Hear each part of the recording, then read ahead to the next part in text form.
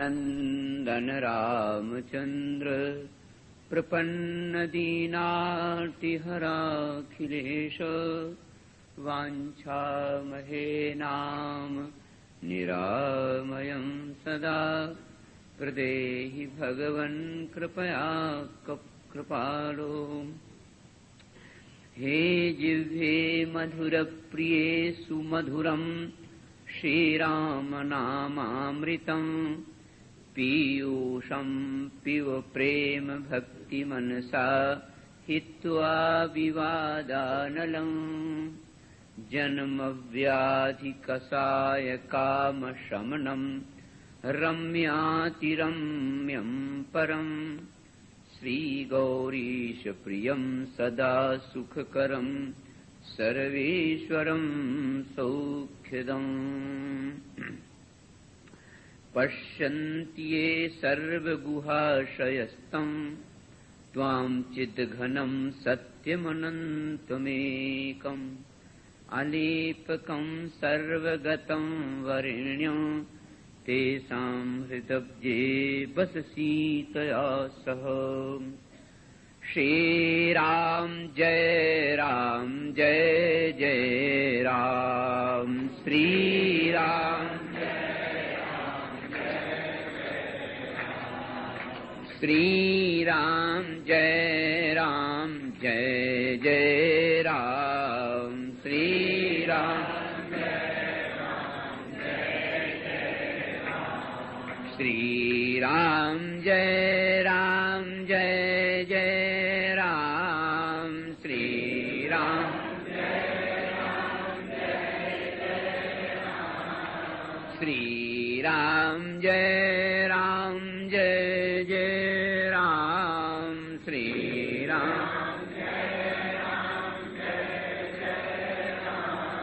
श्रीराम जय जय राम। श्रीराम श्रीराम जय जय राम।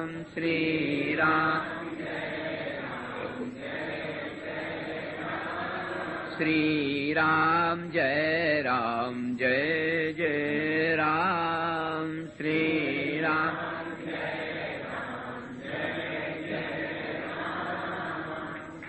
नमो महद्भ्यः ब्राह्मणेभ्यो नमो नमः। परम प्रेमास्पद परमात्म स्वरूप, आइए श्री अवध धाम, जहां पवित्र सरयू नदी साक्षात भक्ति का स्वरूप प्रवाहित हो रही है और हमें ये संकेत कर रही है पूर्व प्रसंग के अनुसार कि जीवन कैसा बदलता रहता है। जहां आपके मन को आनंद ही आनंद प्रतीत होता है, सुख ही सुख प्रतीत होता है, उसी देश में, उसी काल में, उसी परिस्थिति में कभी दुख भी प्रतीत हो सकता है। देश और काल और परिस्थितियों की अनित्यता को सूचित करता है हमारा ये इतिहास, हमारे पुराणों के संदेश। उनसे हम सावधान हो जाएं। आपने सुना था श्री राम अपने प्रिय अनुज लक्ष्मण और प्राण वल्लभा जनक नंदिनी जानकी के साथ रथ पर बैठ गए, अवध को प्रणाम किया। वहां के सब ब्राह्मण, वहां के सब ऋषि, उनके मंत्री सब साथ हैं और महाराज दशरथ भी अपने महल से निकल आए। तो जब निकल आए और चलने का थोड़ा साहस किया तो वो चल नहीं पाए। महर्षि कहते हैं कि जैसे कोई बालक चलने का प्रयत्न करता है और जब लड़खड़ाने लगता है तो दीवाल का सहारा ले लेता है, तो दीवाल का सहारा लेकर के भी जब नहीं खड़ा हो पाता तो गिर पड़ता है। इसी प्रकार से एक बालक को तो दीवाल का सहारा भी मिल जाता है, लेकिन चक्रवर्ती सम्राट महाराज दशरथ को आज कोई सहारा भी नहीं है जिसके सहारे से वो अपने आप खड़े हो सके। थोड़े खड़े हुए और गिर पड़े। तो मंत्रियों ने एक बड़ी सुंदर युक्ति की। उन्होंने कहा कि महाराज, कोई आपके यहां अतिथि आवे और जब वो जाने लगे तो नियम यह है कि कुछ दूर उसको भेजना चाहिए, लेकिन यदि उसको पुनः शीघ्र ही बुलाना है तो फिर बहुत दूर तक उसके साथ नहीं जाना चाहिए। नाति दूरे अनुप्रजेत, उसका बहुत दूर तक पीछा नहीं करना चाहिए, क्योंकि वो शीघ्र ही लौट के आएगा, ऐसा शास्त्र का वचन। क्योंकि मंत्रियों ने देखा कि ये चल तो पाते नहीं हैं, ऐसी अवस्था में इनको कष्ट होगा, सो वो वहीं खड़े हो गए और रथ देखने लगे। रथ जा रहा है और ये संकेत कर रहा है, 3 संकेत है। एक संकेत तो ये है कि हमारे भीतर जो वृत्तियां हैं, मनोवृत्तियां, वो तीनों हैं। क्रिया भी है, भक्ति उपासना भी है, यही भगवान की शक्तियां हैं, ज्ञान क्रिया उपासना। तो जब केवल क्रिया ही क्रिया रह जाती है और भक्ति उपासना विवेक की दृष्टि वहां नहीं होती, तो ज्ञान और विवेक दूर हो जाते हैं और हमारे अंतःकरण से जब ज्ञान और विवेक की दूरी हो जाती है, हटने लगते हैं, वो परस्पर पूरक है।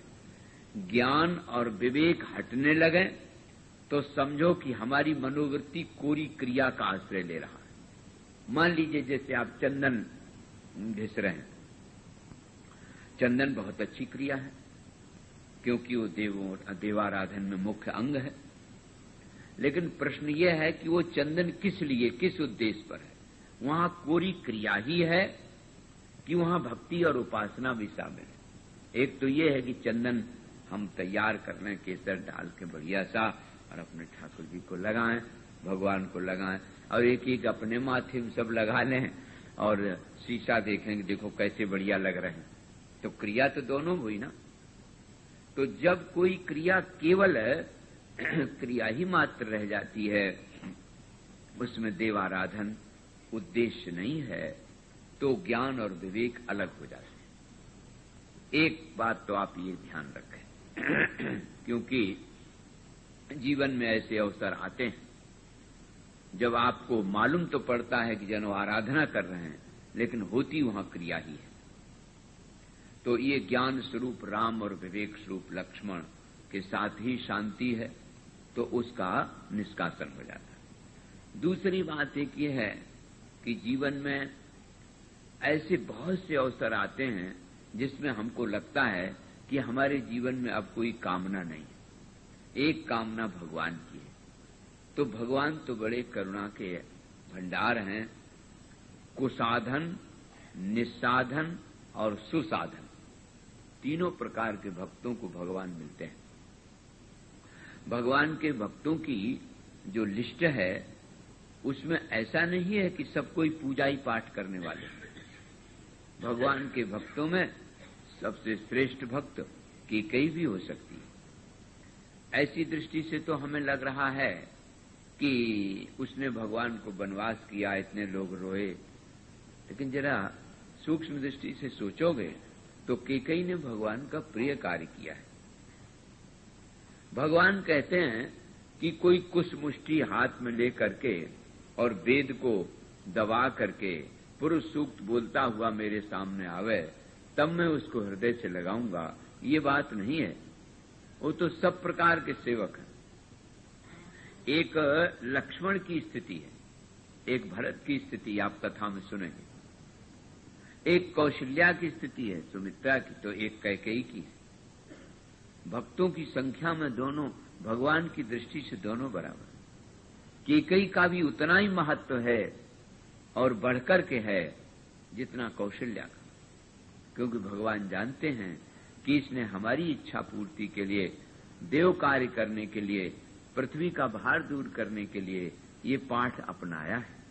तो जो बहुत अपना होता है उसको पाठ ऐसा भी दे दिया जाता है जो संसार से कलंक मिले तो भी वो स्वीकार कर लेता है। भगवान उसको भी प्यारे, भगवान सबके प्यारे। नगरवासी सब बेवल हो गए।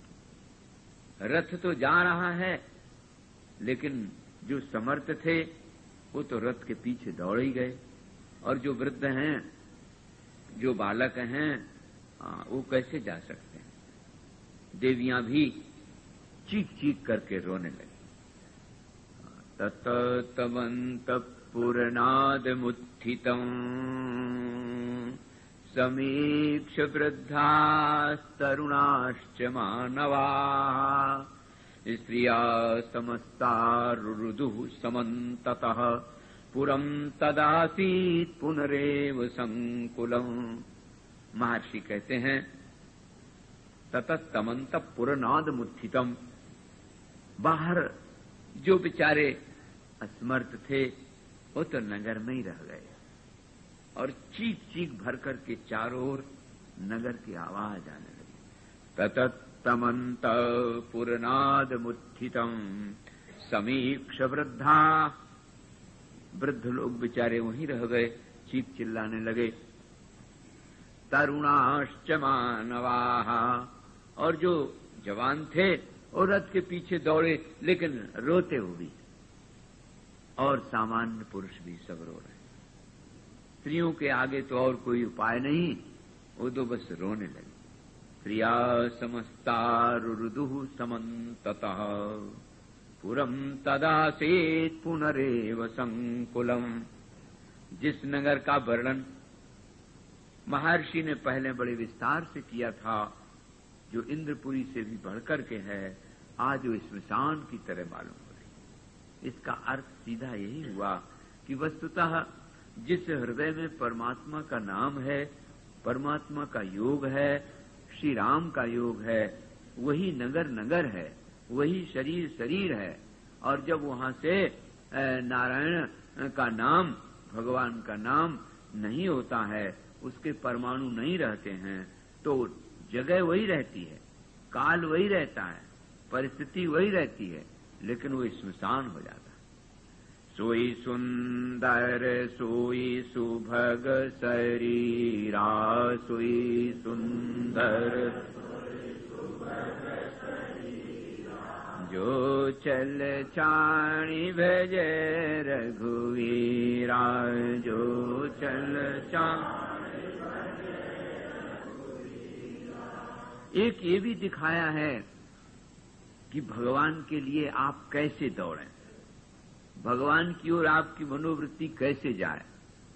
आप लोगों ने सुना होगा, हरि नाम सर्व स्मृति सर्व विपद विमोक्षणम। भगवान का नाम, भगवान की स्मृति संपूर्ण विपत्तियों को निवृत्त करती है। भगवान नहीं, भगवान की स्मृति।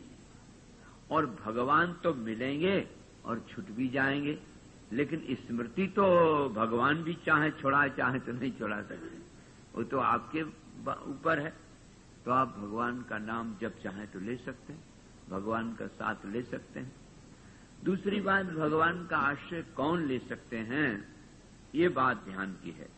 तो कुछ दूर रथ पर गए, लेकिन भगवान ने इशारा किया कि अगर ऐसे ही मंद गति से चलाओगे इन लोगों की वजह से तो बहुत विलंब हो जाएगा, और फिर जहां से चलना ही है तो अब विलंब क्या किया जाए, क्योंकि चारों तरफ से चीख आवाज आ रही थी।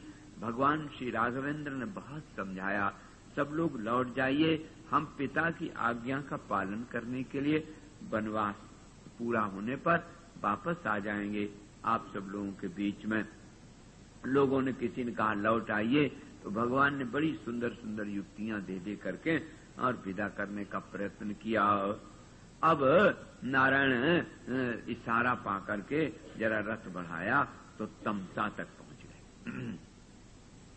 अब आप थोड़ा भूगोल पर स्मरण करें, अयोध्या से तमसा कितनी दूर है। वहां जब पहुंच गए तो लोगों ने, भगवान ने भी सोचा कि बहुत से लोग साथ आ गए हैं और बड़े दुखी हैं, न कुछ खाया है न कुछ पिया है। अरे जीवन राम के बिना कैसे चल सकता। ये वृत्ति पर विचार करना, कथा के माध्यम से भी सोचो कि जैसे वो लोग बिना राम के जीवन दुर्गम समझ रहे हैं, ऐसे ही हम आपको भी बिना राम के जीवन दुर्गम समझना चाहिए। सो भगवान श्री राम ने वहीं विश्राम किया और जरा जल्दी तैयार होकर के कहा, सुमंतो जरा जल्दी निकाल लो, अब ये सब लोग सोए हुए हैं, निकल चलेंगे। क्योंकि जब इतने लोग साथ में रहेंगे तो माँ का जो मांगा हुआ वरदान है वो तो अधूरा ही रह जाएगा, इसलिए भाई रथ बढ़ा लो। सो जरा जल्दी रथ पर बैठ गए और रथ बढ़ा लिया। रथ निकल गया बहुत दूर, तब ये लोग जागे। तो जब जागे तो देखा भगवान ने। और एक बात आपको ध्यान में आवे, आपका बालक कहीं बाहर चला जाए और 1 घंटे तक ना आवे तो आप व्याकुल हो जाते हैं कि अरे राम राम, 1 घंटा भी कह गया था अभी तक आया नहीं। कितनी व्यथा होती है, कितना शोक होता है। और भगवान का नाम 1 घंटे का 2 घंटे तक नहीं आवे तो कोई शोक नहीं, कहाँ चिंता होती। पेट खराब हो जाए तो बड़ी चिंता, और मन खराब हो जाए तो कोई चिंता नहीं। तो भगवान के लिए कैसी विह्वलता होनी चाहिए, कैसी व्याकुलता होनी चाहिए, किस प्रकार से भगवान के मिलन की उत्कंठा जागृत होनी चाहिए, यही तो इस कथा के माध्यम से प्रकट होता है। निवेदन किया गया था कि मिश्री बहुत कठोर होती है लेकिन और जीभ बहुत कोमल, तो जीभ पर रखने से मिश्री जब गल जाती है, पिघल जाती है, तो उसमें रस आता है। इसी प्रकार से कठोर चित्त इन कथाओं से जब पिघलता है सहृदय जनों का, तो उसमें रस की निष्पत्ति होती है। ये रस परम रस है, रसो वही सा रसम हेवायम लब्ध्वा आनंदी भवती है। इस परम रस की उपलब्धि पिघलने पर ही होती, बिना पिघलने के नहीं आता। इसलिए भगवान की कथा के लिए, भगवान के लिए, भगवान के सामने कोई नाचे तो दुनिया नहीं नचाएगी, और भगवान के सामने कोई रोवे तो दुनिया नहीं रुलाएगी। ये भगवान के लिए जो कुछ होता है वो लीला के अनुसार पूजा, उपासना, आराधना हो जाता है। गांव के लोग बहुत व्यथित हो गए। रथ तो न जाने किधर चला गया, क्योंकि रथ के पहिया इस प्रकार से चले कि उनको मालूम ही नहीं पड़ा कि किधर से रेखाएं किधर से नहीं रेखाएं हैं। भगवान जिस पर बैठे हुए उनको रथ के पहिया की धरती में आने की जरूरत ही क्या है। व्याकुल होकर के आ गए। जब लौट के आ गए तो उन लोगों ने प्रतिज्ञा की कि जब तक श्री राम लौट के नहीं आएंगे तब तक हम भी उन्हीं व्रत का पालन करें। 14 वर्ष तक अयोध्या में कोई संतान नहीं हुई। देखो, कंद मूल फल का भोजन और नियम पूर्वक संयम पूर्वक रहना, ये श्री राम के मिलन की उत्कंठा। क्या हमें भी कभी भगवान के मिलन की उत्कंठा जगी? नहीं जगी। अपने पुत्र के मिलने की, धन के मिलने की, कोठी के मिलने की तो बहुत उत्कंठा जगी, उसके लिए बहुत रोए। लेकिन प्रेमियों, प्रियतम को मिलने के लिए कहाँ रोए? प्रियतम को मिलने के लिए कहाँ बेचैनी आई? प्रियतम को मिलने के लिए कहाँ ऐसी तड़फड़ाहट हुई?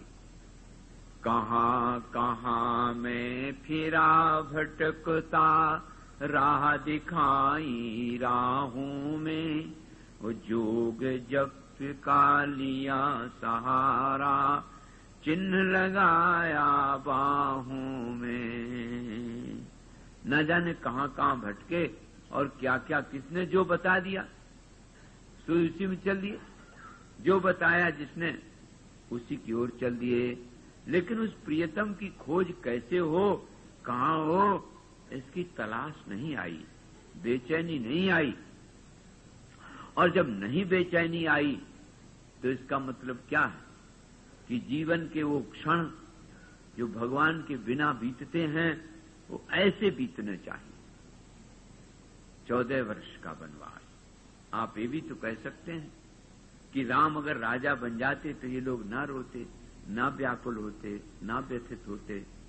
लेकिन जरा सोच के देखो, पहले तो राम का राज्य है कहाँ? अभी तो बक्सर तक पुलिस की चौकी लगी उसकी, देखो। तो इतने बीच में राम राज्य थोड़ी होती। दूसरी बात, 14 वर्ष तक जब इतने लोग अनुष्ठान करेंगे तो हृदय में राम राज्य हो जाएगा। राम का शील, राम के पवित्र गुण, तो इतने दिन तक लगातार राम के लिए अनुष्ठान करने वालों के हृदय में हो ही जाएंगे। तो पहले हृदय में राम राज्य होता है, तब धरती पे होता।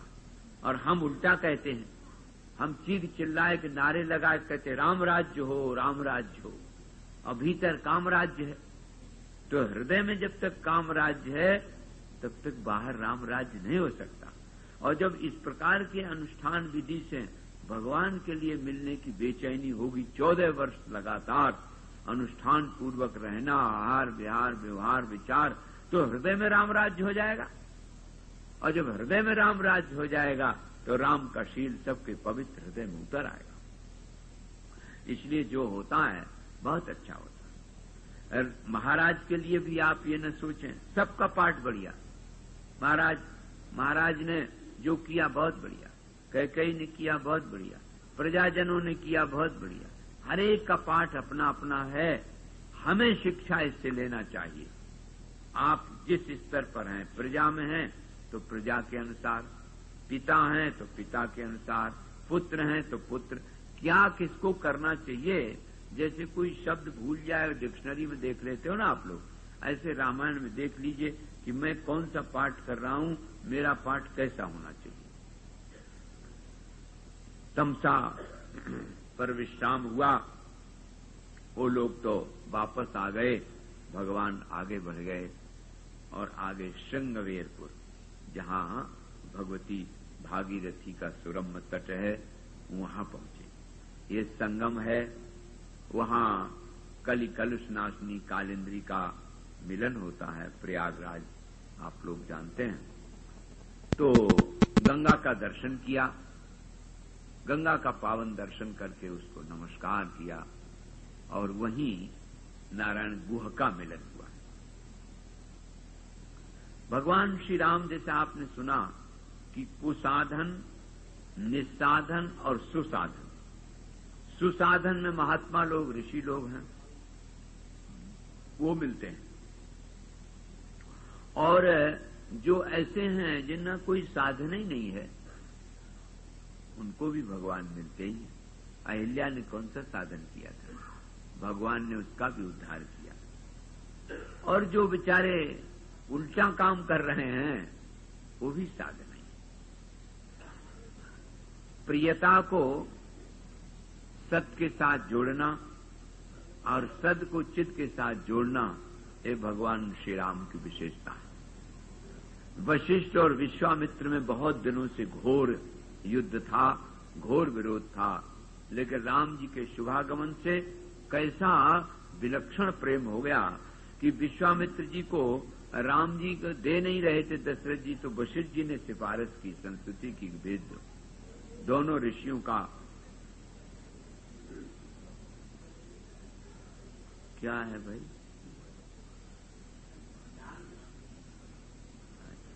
अच्छा बढ़े, आगे बढ़े। ऋषियों की देखो, दोनों ऋषियों का आपस में जोड़ कर दिया ना। जाति का उस समय बहुत विवाद था, और ये जो गुह है ना, ये तो निषाद है, इसका भोजन तो नदी की भिक्षा ही है भाई। इसलिए जात छाछ हो ले ये सींचा, महात्मा तुलसीदास जी ने कहा। लेकिन श्री राम ने ये भी एक दरार दूर की। और देखो प्रेम का निर्वाह भगवान कैसे करते हैं। प्रेम का निर्वाह ही तो निर्वाह होता है, आप सब इस बात को जानते हैं। और भगवान श्री राम में यही विशेषता है कि वो प्रेम के पारखी हैं। जानत प्रीत रीति रघुराई, भगवान प्रीत की रीति समझते हैं, और प्रीत की रीति यदि समझ नहीं पाएंगे तो फिर राम ने जो ये प्रण किया है कि हम सामने वाले को नहीं देखते, हम तो अपने को देखते हैं। हमें इसका उद्धार करना है, हमें इसका कल्याण करना है। श्री राम जी तो ये देखते हैं ना, तो उन्होंने गोह को आते हुए देखा, उसने दूर से प्रणाम किया, धरती पर लेट गया, दूर से प्रणाम करता है, क्योंकि हम स्पर्श करने लायक नहीं है राजकुमार। लेकिन श्री राम देखो क्या यही अंतर है, श्री राम दूर नहीं है। भुजाभ्याम साधुवृत्ताभ्याम पीडयन रघुमुब्रवीत। भुजाभ्याम साधुवृत्ताभ्याम, भुजाभ्याम ऐसे वैसे भी नहीं, बहुत अच्छी तरह से उसका आलिंगन करके, और पीडयन जैसे हाथ में हाथ मिलाया जाता है ना, ऐसे मित्र मंडली से हाथ में हाथ मिलाकर कहते हैं ना, भुजाभ्याम साधुव्रताभ्याम पीडयन वाक्यम अब्रवीत। भगवान बड़े प्रसन्न हो गए, हृदय से लगा लिया, आलिंगन कर लिया।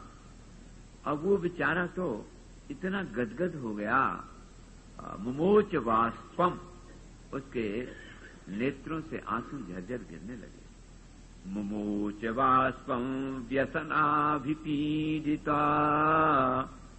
आज उसने ये सोचा कि अरे इतने बड़े राजकुमार, इतने प्रभु राम, और मुझ जैसे नीच को, जिसकी छाया भी अगर पड़ जाए तो सींचा लेना पड़े, उसको प्रभु ने हृदय से लगा लिया। वो तो इतना नारायण गदगद हो गया कि वो तो अपने को संभाल ही नहीं सका, और कहने लगा प्रभु से, हे करुणा सागर, तमार्ता संपरिस्वज्य गुहो राघवमब्रवीत। हे प्रभु, एक करुणा करिए मेरे ऊपर। यथायोध्याम तथेदानीम किम करवाणि राघवो। हे प्रभु, जैसी आपकी अयोध्या, यथा तो अयोध्या तथा इदानीम, ठीक इसी प्रकार से ये भी आपका ही देश है, आपकी जगह है, आपका राज्य है। प्रभु, हमें तो आप आदेश दें। बहुत सा सामान स्वागत के लिए लाए भगवान श्री राम, उनके लिए प्रस्तुत किया। इतना गदगद, इतना है, विभोर है, दौड़ के जाता है, फिर आ जाता है, दौड़, ये प्रभु ये सामान, प्रभु ये सामान, ये देखो मैं आपके लिए लाया। उसके झरझर आंसू बह रहे हैं। भला बताओ, इस प्रेम के उल्लास को श्री राम ना देखें? राम देखें कि ये जाति का नीच है? आजकल लोग कहते हैं कि जाति भेद है, होगा तो होगा, मेरे राम जी को तो देखिए। उसको गाढ़ा आलिंगन किया और उसके आंसुओं का स्वागत किया, अपने आंसू दे करके उसके हाथ को पीड़ित किया, उसको गले से लगाया और कहा कि वो बिल्कुल ठीक, आप जैसा कहते हैं, जैसी मेरी अयोध्या वैसे ये भी मेरा ही है, लेकिन मैंने व्रत लिया है, मैं किसी के हाथ की दी हुई वस्तु इतने दिन तक सेवन नहीं करूंगा, और ये जितनी तुम सामग्री लाए हो ये सब लौटा ले जाओ। एक जरूर आवश्यकता है, देखिए कहां दृष्टि गई। एक आवश्यकता जरूर है कि मेरे घोड़ों की व्यवस्था कर दी।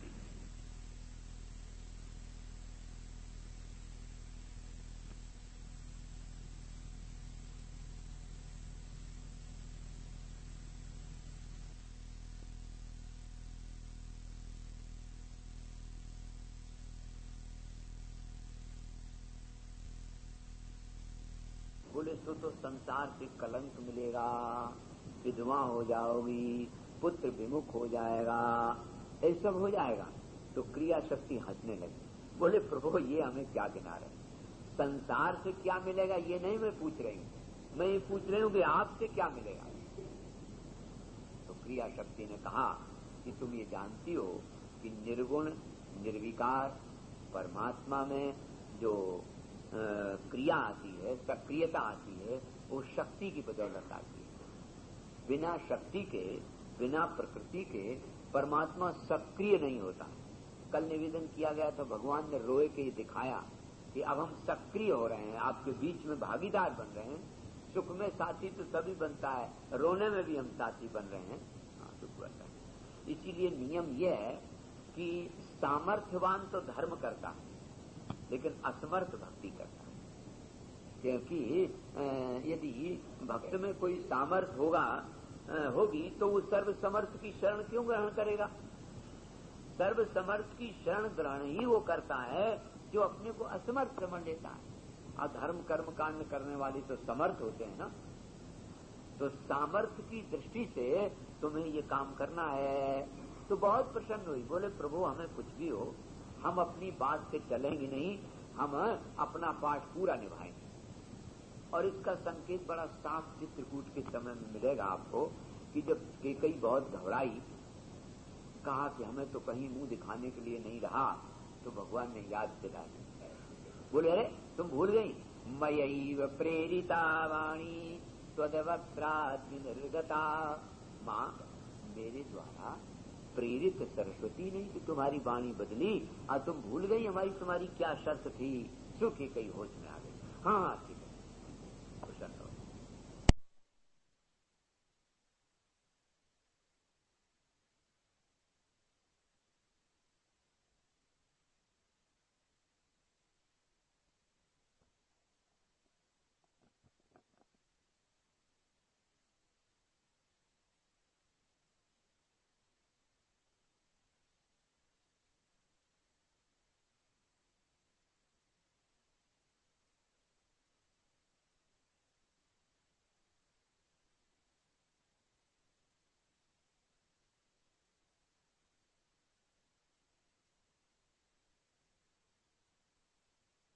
हम लोग जीवन में भले अनादर करें पशु और पक्षियों का, हम लोग भले अनादर करें और कुछ समझ करके, लेकिन राम जी हमको क्या सिखा रहे हैं?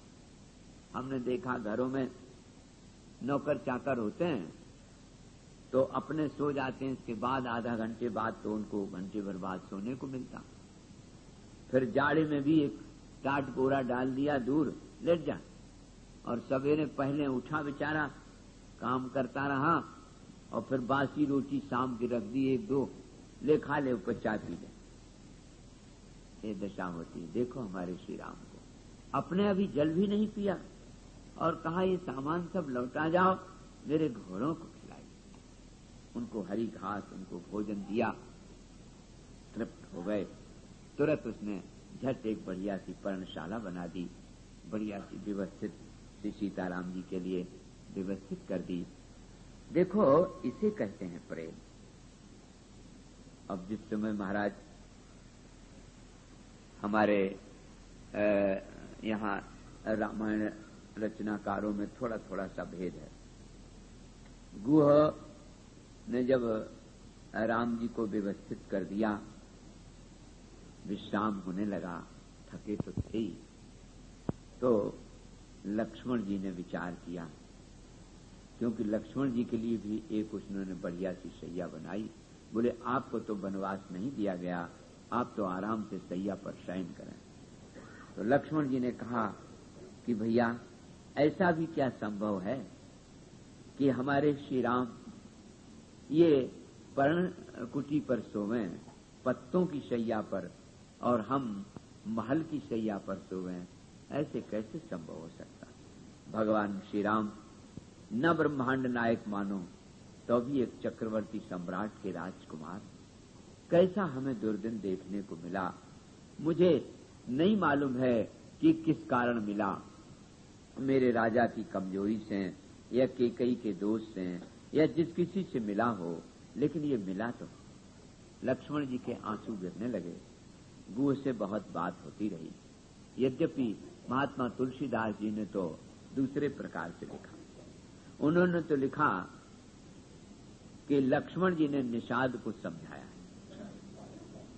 निषाद ने देखा श्री राम जी धरती पर सोए हुए हैं तो उसको दुख आ गया, तो उसके दुख को निवृत्त करके लक्ष्मण जी ने समझाया कि भैया को न काऊ सुख दुख करदाता, निजकृत कर्म भोग फल बढ़ाता।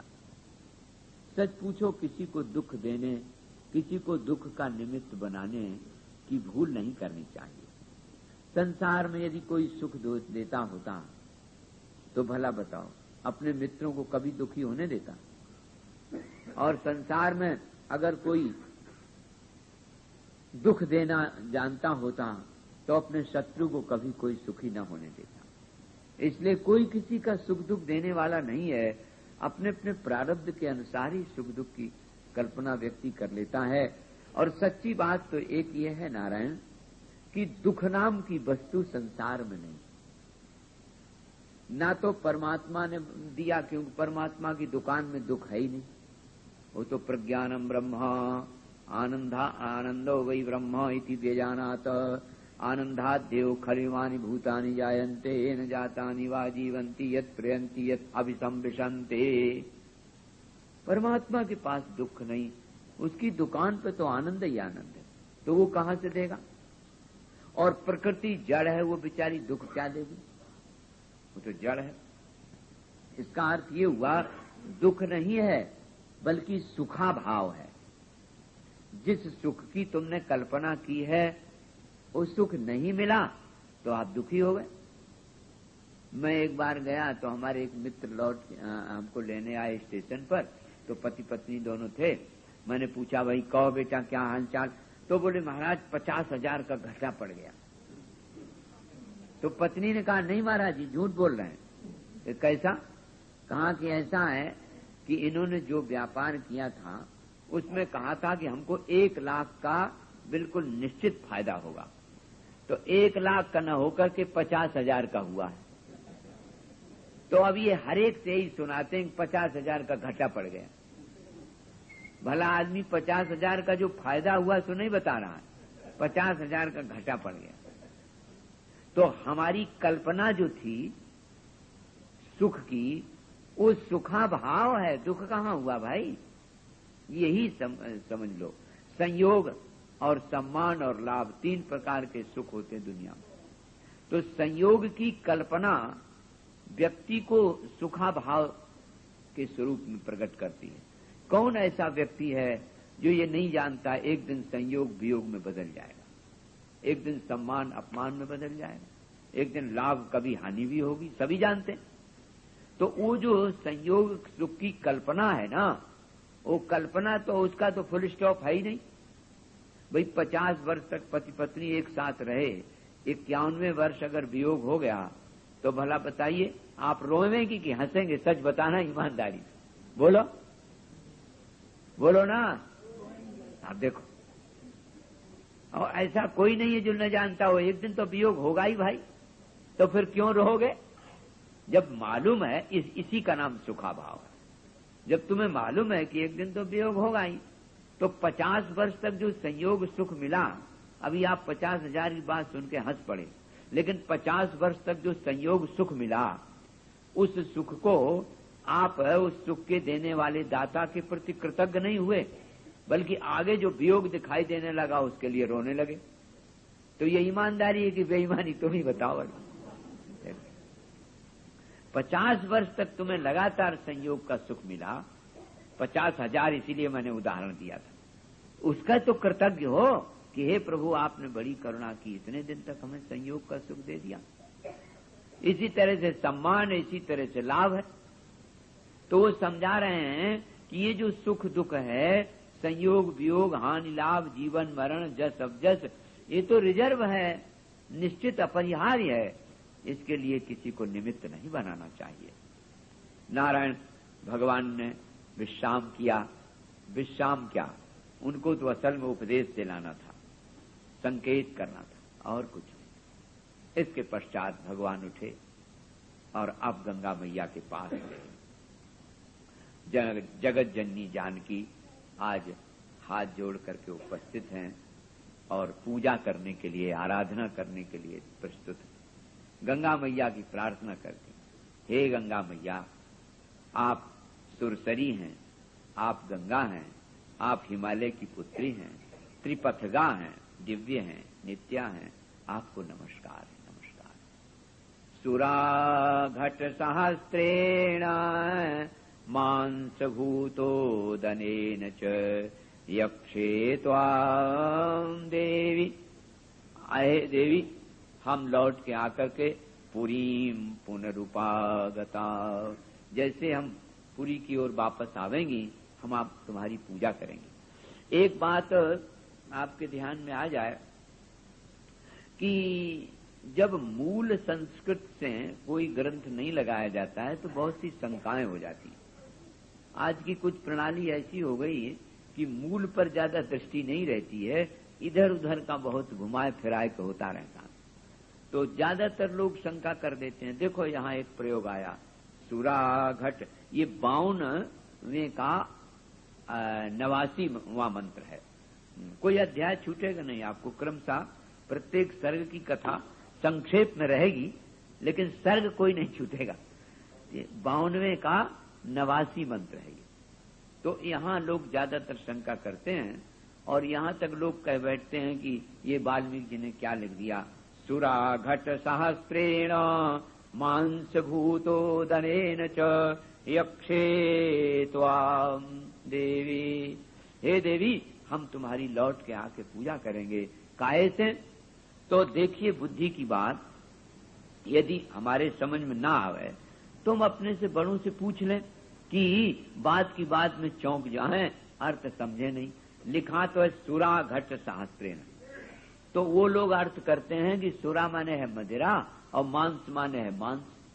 भला सोचो, हम लोग गंगा मैया में कोई अशुद्ध वस्त्र भी नहीं क्षालित करते हैं, उसमें थूकना पाप मानते हैं, तो भला जगत जननी माँ जगदम्बा जो धर्म मर्यादा का अवतार लेकर के आई हैं, वो मदिरा डालेंगी गंगा जी में? ये भी तो दिमाग में नहीं सोचा, और उन्हें शायद याद भी न हो। सुरा माने तो देवता होता है, आप लोग जानते ना, सुष्टु आत्मनि रमते इति सुरा। तो अर्थ है वहां पर सुरेषु देवेषु न घटन्ते तेषाम सहस्त्रम तेन सुरा घट सहस्त्रेण।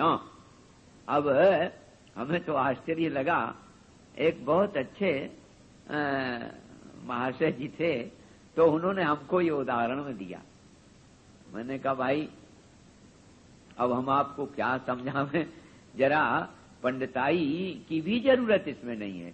हमारे छोटे छोटे से गांव में भी जाके पूछ लो तो जानते हैं सुर माने देवता, असुर माने राक्षस। तो इसका अर्थ ये हुआ जो बड़े बड़े देवताओं को भी दुर्लभ पदार्थ हैं, उन पदार्थों से हम आपकी सेवा, हम आपकी पूजा करेंगे। और मांस भूतो दनेन च, मांस में मां माने संस्कृत में नहीं होता है, हो मां माने नास्ति, अंश भागो राज भागो यस्याम सा भू, उत माने वस्त्रम रत्नादिकंच, ये अर्थ है उसका। माने आप ये कहने लगे कि भाई राज्य तो भरत जी का है, तुम कहाँ से सामग्री जुटाओगी? एक बात, दूसरी राजान पूजा के लिए सबके लिए उपयोगी नहीं होता है। तो बोले मैं समझती हूँ राजान राजभाग न लेकर के और हम आपकी बहुत अच्छी विधि से पूजा करेंगी, आराधना करेंगी। यही श्लोक जो कहते हो जमुना जी की पूजा में भी आगे चल के सीता जी ने बोला है। तो इसलिए भाई ये जो 52 अध्याय से लेकर के और 56वें सर्ग तक कई जगह प्रयोग ऐसे आए हैं जिनमें लोगों को शंका हो जाती है। तो किसी पंडित से पूछना चाहिए, और छोटी छोटी बात अगर समझ में ना आवे तो ऐसी शंका क्यों कर दे। अभी अभी एक जगह कह दिया एक महापुरुष ने वेद जलाए दिए जाएं, अगर उसमें लिखा है कि नारी को वेद पढ़ने का अधिकार नहीं। बताइए, ऐसी बात कह देना कितना बड़ा दुस्साहस है। तो वाल्मीकि जी के कई जगह ऐसे प्रयोग हैं जिन प्रयोगों को ठीक से ना समझने के कारण भूल हो जाती है। माने पूजा की सर्व काम समृद्धिनी, हे माँ गंगे प्रियताम प्रसन्न हो देवी, देवी प्रियताम, हम जैसी लौट के आवेंगे आपकी पुनः पूजा करेंगे। आप सर्व काम समृद्धिनी, ऐसी कौन सी कोई चीज है जो माँ तुम हमें नहीं दे सकती हो। इस प्रकार से बार बार नमस्कार किया, सो गंगा मैया प्रसन्न हो गई।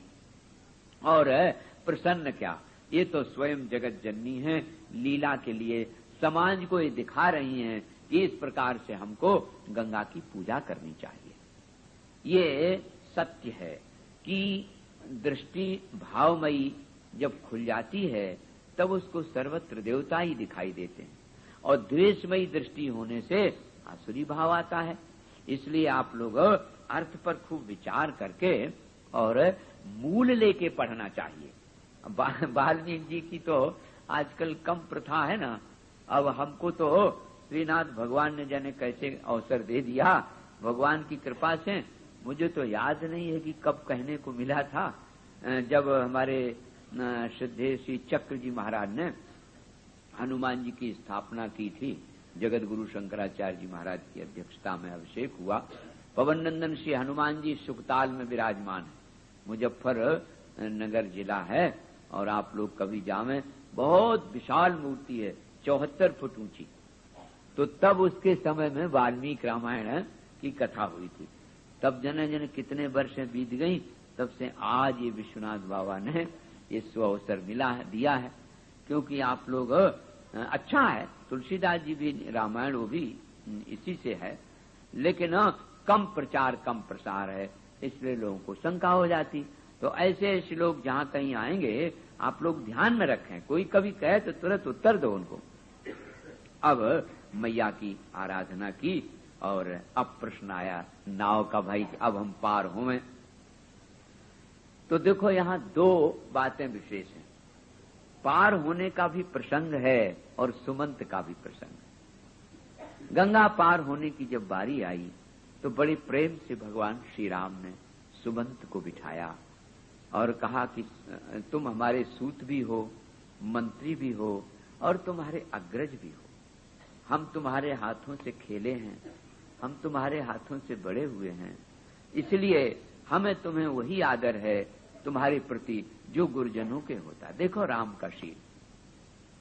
इसलिए अब हम लोग तो उस पार जाएंगे और मेरे समझ से अब तुम लौट जाओ।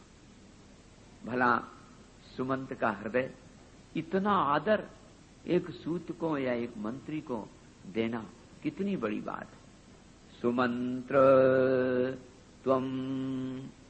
तुम यहां से जाओ, प्रयाहि राज्ञा सकाशे भवचा प्रमत्तः।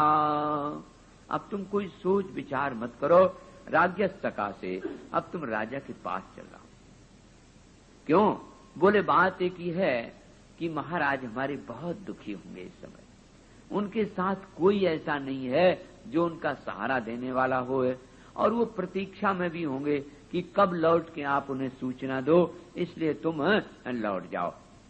जब ये बात सुनी महाराज सुमंत को तो घबरा गया, सारे शरीर में पसीना आ गया, बड़ा बेहुल स्वर से चरणों में लूटना चाह रहे हैं, लेकिन श्री राम बीच में थे। वो तो पूर्वज मानते हैं, कहते सुमंत नहीं, इस समय विषाद का अवसर नहीं है, तुमको हमारी बात माननी चाहिए। आप तो जानते हैं, बोले चतुर्दशसु वर्षेषु निवृत्तेषु च पुनः पुनः लक्ष्मणं अहं लक्ष्मणं सीतां द्रक्षसे पुनरागतान्। हम लक्ष्मण सीता, माम सीतां लक्ष्मणम, सबको पुनरागतान शीघ्रम द्रक्षसे, बड़े जल्दी लौट के आकर के देखोगे। इसलिए 14 वर्ष की कोई बड़ी बात नहीं है, बहुत अवधि नहीं होती है, तुम लौट जाओ। और फिर भगवान ने एक एक का नाम दिया, कहा कि देखो सबसे बड़ी बात तो हमें अपने पिताजी की, धर्म का पालन करने के लिए उन्हें ये जरूर कष्ट सहन करना पड़ा, लेकिन आप उनसे जब ये कहेंगे कि बड़ी प्रसन्न मुद्रा में हम हैं, तो वो जरूर प्रसन्न होंगे, उनके मन में शोक नहीं रहेगा।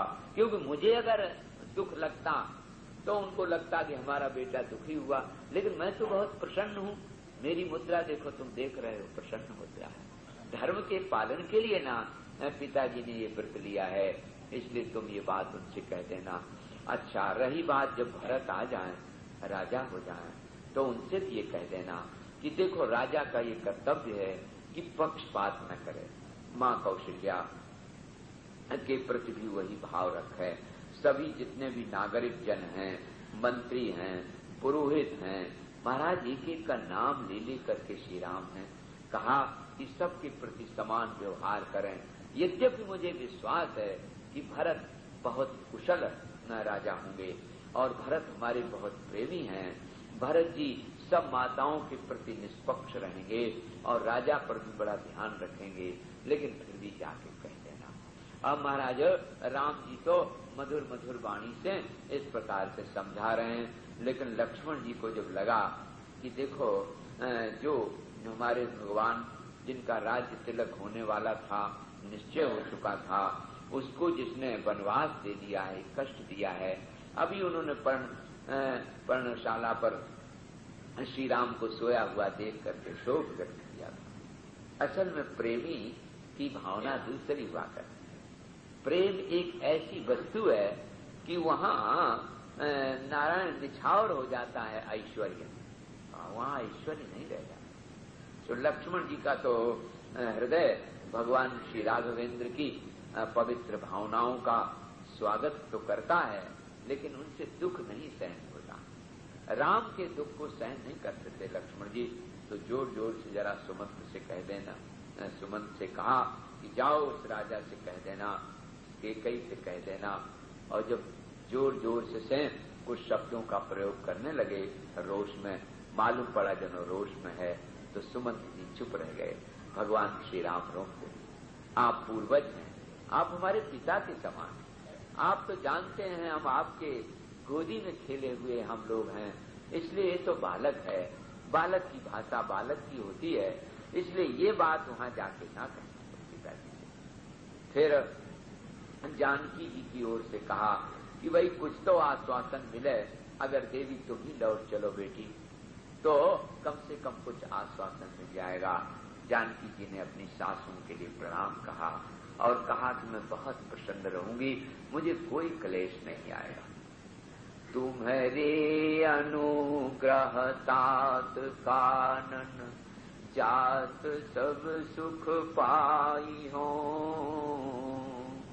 प्रतिपाल आयस कुशल पुनि फिर पाए देखन आई हो, जननी सकल परितोष करी करी विनय परिपायन घनी, तुलसी करयो सुई जतन जेहि कुशली रहे कौशल धनी, गुरु सन कहाव संदेश बार बार पर पाय परी, करयो सोई उपदेश जेहि न सोच मोहि अवधपति। अवधपति महाराज को मेरा शोक ना हो गए, गुरुदेव ऐसा ऐसा उपदेश करते रहना, ये गुरुजी से कह देना। सब नागरिक जनों का सबके प्रति प्रेम, किसी को प्रणाम, किसी को नमस्कार, किसी को, देखिए ये है राम का प्रेम। आपने सुना था अपनी व्यवस्था के पहले वो घोड़ों की व्यवस्था जब करते हैं, ऐसे शील स्वभाव भगवान राम, और उनको हम ऐसे विसार जाएं। उस समय चलते समय भगवान के नेत्रों में जरूर कुछ नयन सजल हैं। और सुमंत को जब कहा कि देखो एक कर्तव्य दृष्टि भी तो सोचनी चाहिए, तुम्हारा इस समय कर्तव्य है, तुम तो मंत्री हो और नारायण राजा के सलाहकार मुख्य हो, तुम्हें तो वहां संदेश देना ही जाना पड़ेगा। आज्ञा विवश हो गए महाराज। सुमंत कहने लगे, रामं विना रथम दृष्ट्वा विदीरेत सापुरी। जिस समय बिना प्रभु आपके ये रथ दिखाई देगा, सारी नगरी जैसे फट गई हो, ऐसे हृदय विदीर्ण हो जाएंगे सबके। इसलिए प्रभु मैं क्या करूं, मेरे समझ में आता है, सरथम वन्यम प्रवेक्ष्यामि त्वयाहीनो हितत। मेरे समझ में तो आता है कि आपके रहित मेरा कोई जीवन नहीं, मैं तो रथ सहित अग्नि में कूद पड़ूं, यही मुझे अब कर्तव्य दिखाई दे रहा है। आपके बिना और रथ लेकर के मैं नगरी में जाऊंगा, मेरी क्या दशा होगी, मैं क्या किसको उत्तर दूंगा। इसलिए प्रभु मेरे समझ में कुछ आता नहीं, और जैसे अचेतन अवस्था हो गई हो सुमंत की, कुछ बोल नहीं पाए। वैसे ज्यों का त्यों रह गए। और इधर निषाद राज को बुलवाया गया। यद्यपि महर्षि का निषाद केवट में वो प्रसंग तो नहीं है, लेकिन अध्यात्म रामायण में और एक दो रामायणों में ये प्रसंग जरूर आया कि जब सुंदर सी नाव मंगाई और केवट आ गया तो केवट ने श्री राम को देखा, बड़े प्रेम से नीचे से ऊपर तक देखा और बोले, ठीक तुम वही हो ना? तो भगवान राम कहीं कौन कौन हो गए, तुम वही हो? तो कहने लगा, बोले, क्षालयामि तव पाद पंकजं नाथ दारुदृशदो किमंतरं मानुषीकरण चूर्णमस्तिते पादयोरिति कथा प्रतीयसी। ये कथा तो आपको मालूम है और हमें भी अच्छी तरह से मालूम है कि मानुषीकरण चूर्णमस्तिते पादयो, तुम्हारे चरणों में मनुष्य के करने की एक चूर्ण लगा हुआ है, इसलिए नाथ दारु दृशदो किमंतरम। भैया दारू माने लकड़ी, दृशद माने शिला, तो लकड़ी और शिला में तो कोई अंतर नहीं होता है। इसलिए क्षालयामि तव पाद पंकजं, आपके चरणों में तो कोई विशेषता नहीं है, चरणों की धूली में विशेषता है। तो अगर ऐसी बात है तो हम धूली धो देंगे, धूली धोए के और फिर हम आपको पार करेंगे। सो महाराज भगवान श्री राम मुस्कराए और मुस्करा के सीता जी की ओर देखा, लक्ष्मण जी की ओर देखा। भावुक लोग एक कथा कहते हैं कि पहले ये क्षीर सागर में भगवान जब विश्राम कर रहे थे ना, तो एक कच्छप के वेश में आता था और भगवान के चरणों में नारायण प्रणाम करना चाहता था। तो कभी तो लक्ष्मी जी ऐसे कर दें तो बेचारा डूब जाए और वही शेषनाग पुरस्कार मार दें, तो भगवान समझ गए। देखो प्रेम की बात।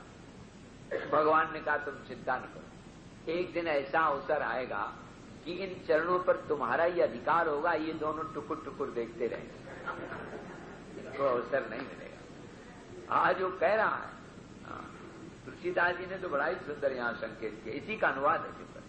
क्षालयामि तव पाद पंकजं नाथ दारु दृशदो किमंतरं मानुषीकरण चूर्णमस्तिते पादयो ऋचि कथा प्रतीयसी।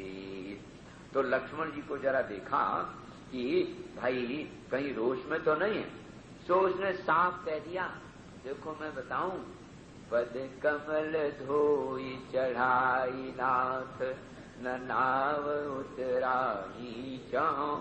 एक बात तो जरूर है, हमें कुछ फीस नहीं चाहिए।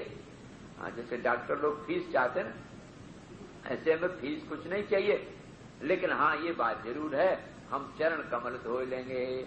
और अगर तुम हमें ये दिखाओ कि हम गुस्सा कर देंगे तो एक बात और मैं बताऊं, साफ साफ, अरे महाराज बाप की कसम बताया गया आनी दशरथ शपथ सब सांची का, मोही राम राउर आनी दशरथ शपथ सब सांची कहो, वरु तीर मारही लखन पे जब लगी न पाँव पखारी हो, तब लगी न तुलसी दास नाथ कृपाल पार उतारी हो।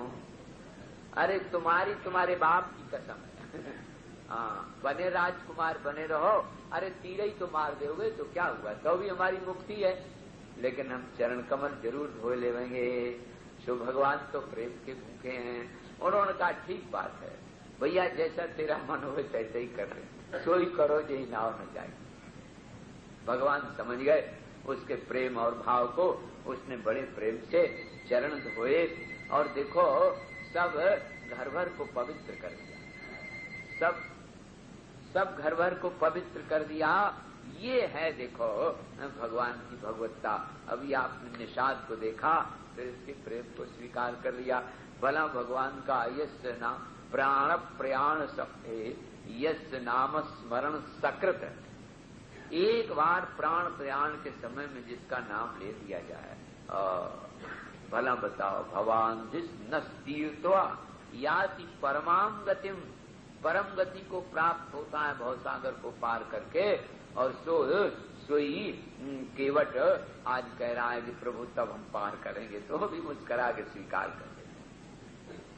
अब तो महाराज पार हो गए, अब प्रभु पार हो गए, उस पार जब खड़े हो गए तो तुलसीदास जी ने तो संकेत किया है कि जब इशारा किया तो सीता जी ने अपनी मुद्री उतार के जब देने लगे तो वो गदगद हो गया, चरणों में गिर गया, प्रभु क्या नहीं मिल गया। अगर आपको देना ही है, देखो कितनी बढ़िया युक्ति दी, तो देना ही है तो प्रभु ऐसा करना, लौट के दे देना, माने लौट के भी मेरे ही कहा जाना, यही ना मतलब हुआ। संकोच लगे कि भाई पहले उसने कुछ लिया नहीं था तो अब की चलो अब की बार दे दें, तो यही प्रेम है, यही प्रेम। और क्या नहीं दिया, आज सब कुछ मिल गया केवट को। जिन चरणों को बड़े बड़े योगेंद्र यतीन्द्र अमलात्मा जन नहीं पाते हैं, आज उन्हीं की गंगा जी चरणों से बना ली। नहीं, ओ ब्रह्मा जी ने एक गंगा जी बनाई, एक केवट ने गंगा जी बना ली। भगवान करुणा के समुद्र हैं, किसको क्या नहीं देते। उस पार गए महाराज, और छोटे से बड़े, छोटे से छोटे और बड़े से बड़े सबको प्रेम का प्रसाद देते हुए भगवान श्री राम की यही महिमा है, लीला कर रहे हैं। अब जब उस पार गए तो अब ये देखते रहे सुमंत जी यहाँ, और क्या कर सकते थे। केवट ने नाव आगे चला दी, देखते देखते अचेत अवस्था में वहीं सुमंत रुक गए।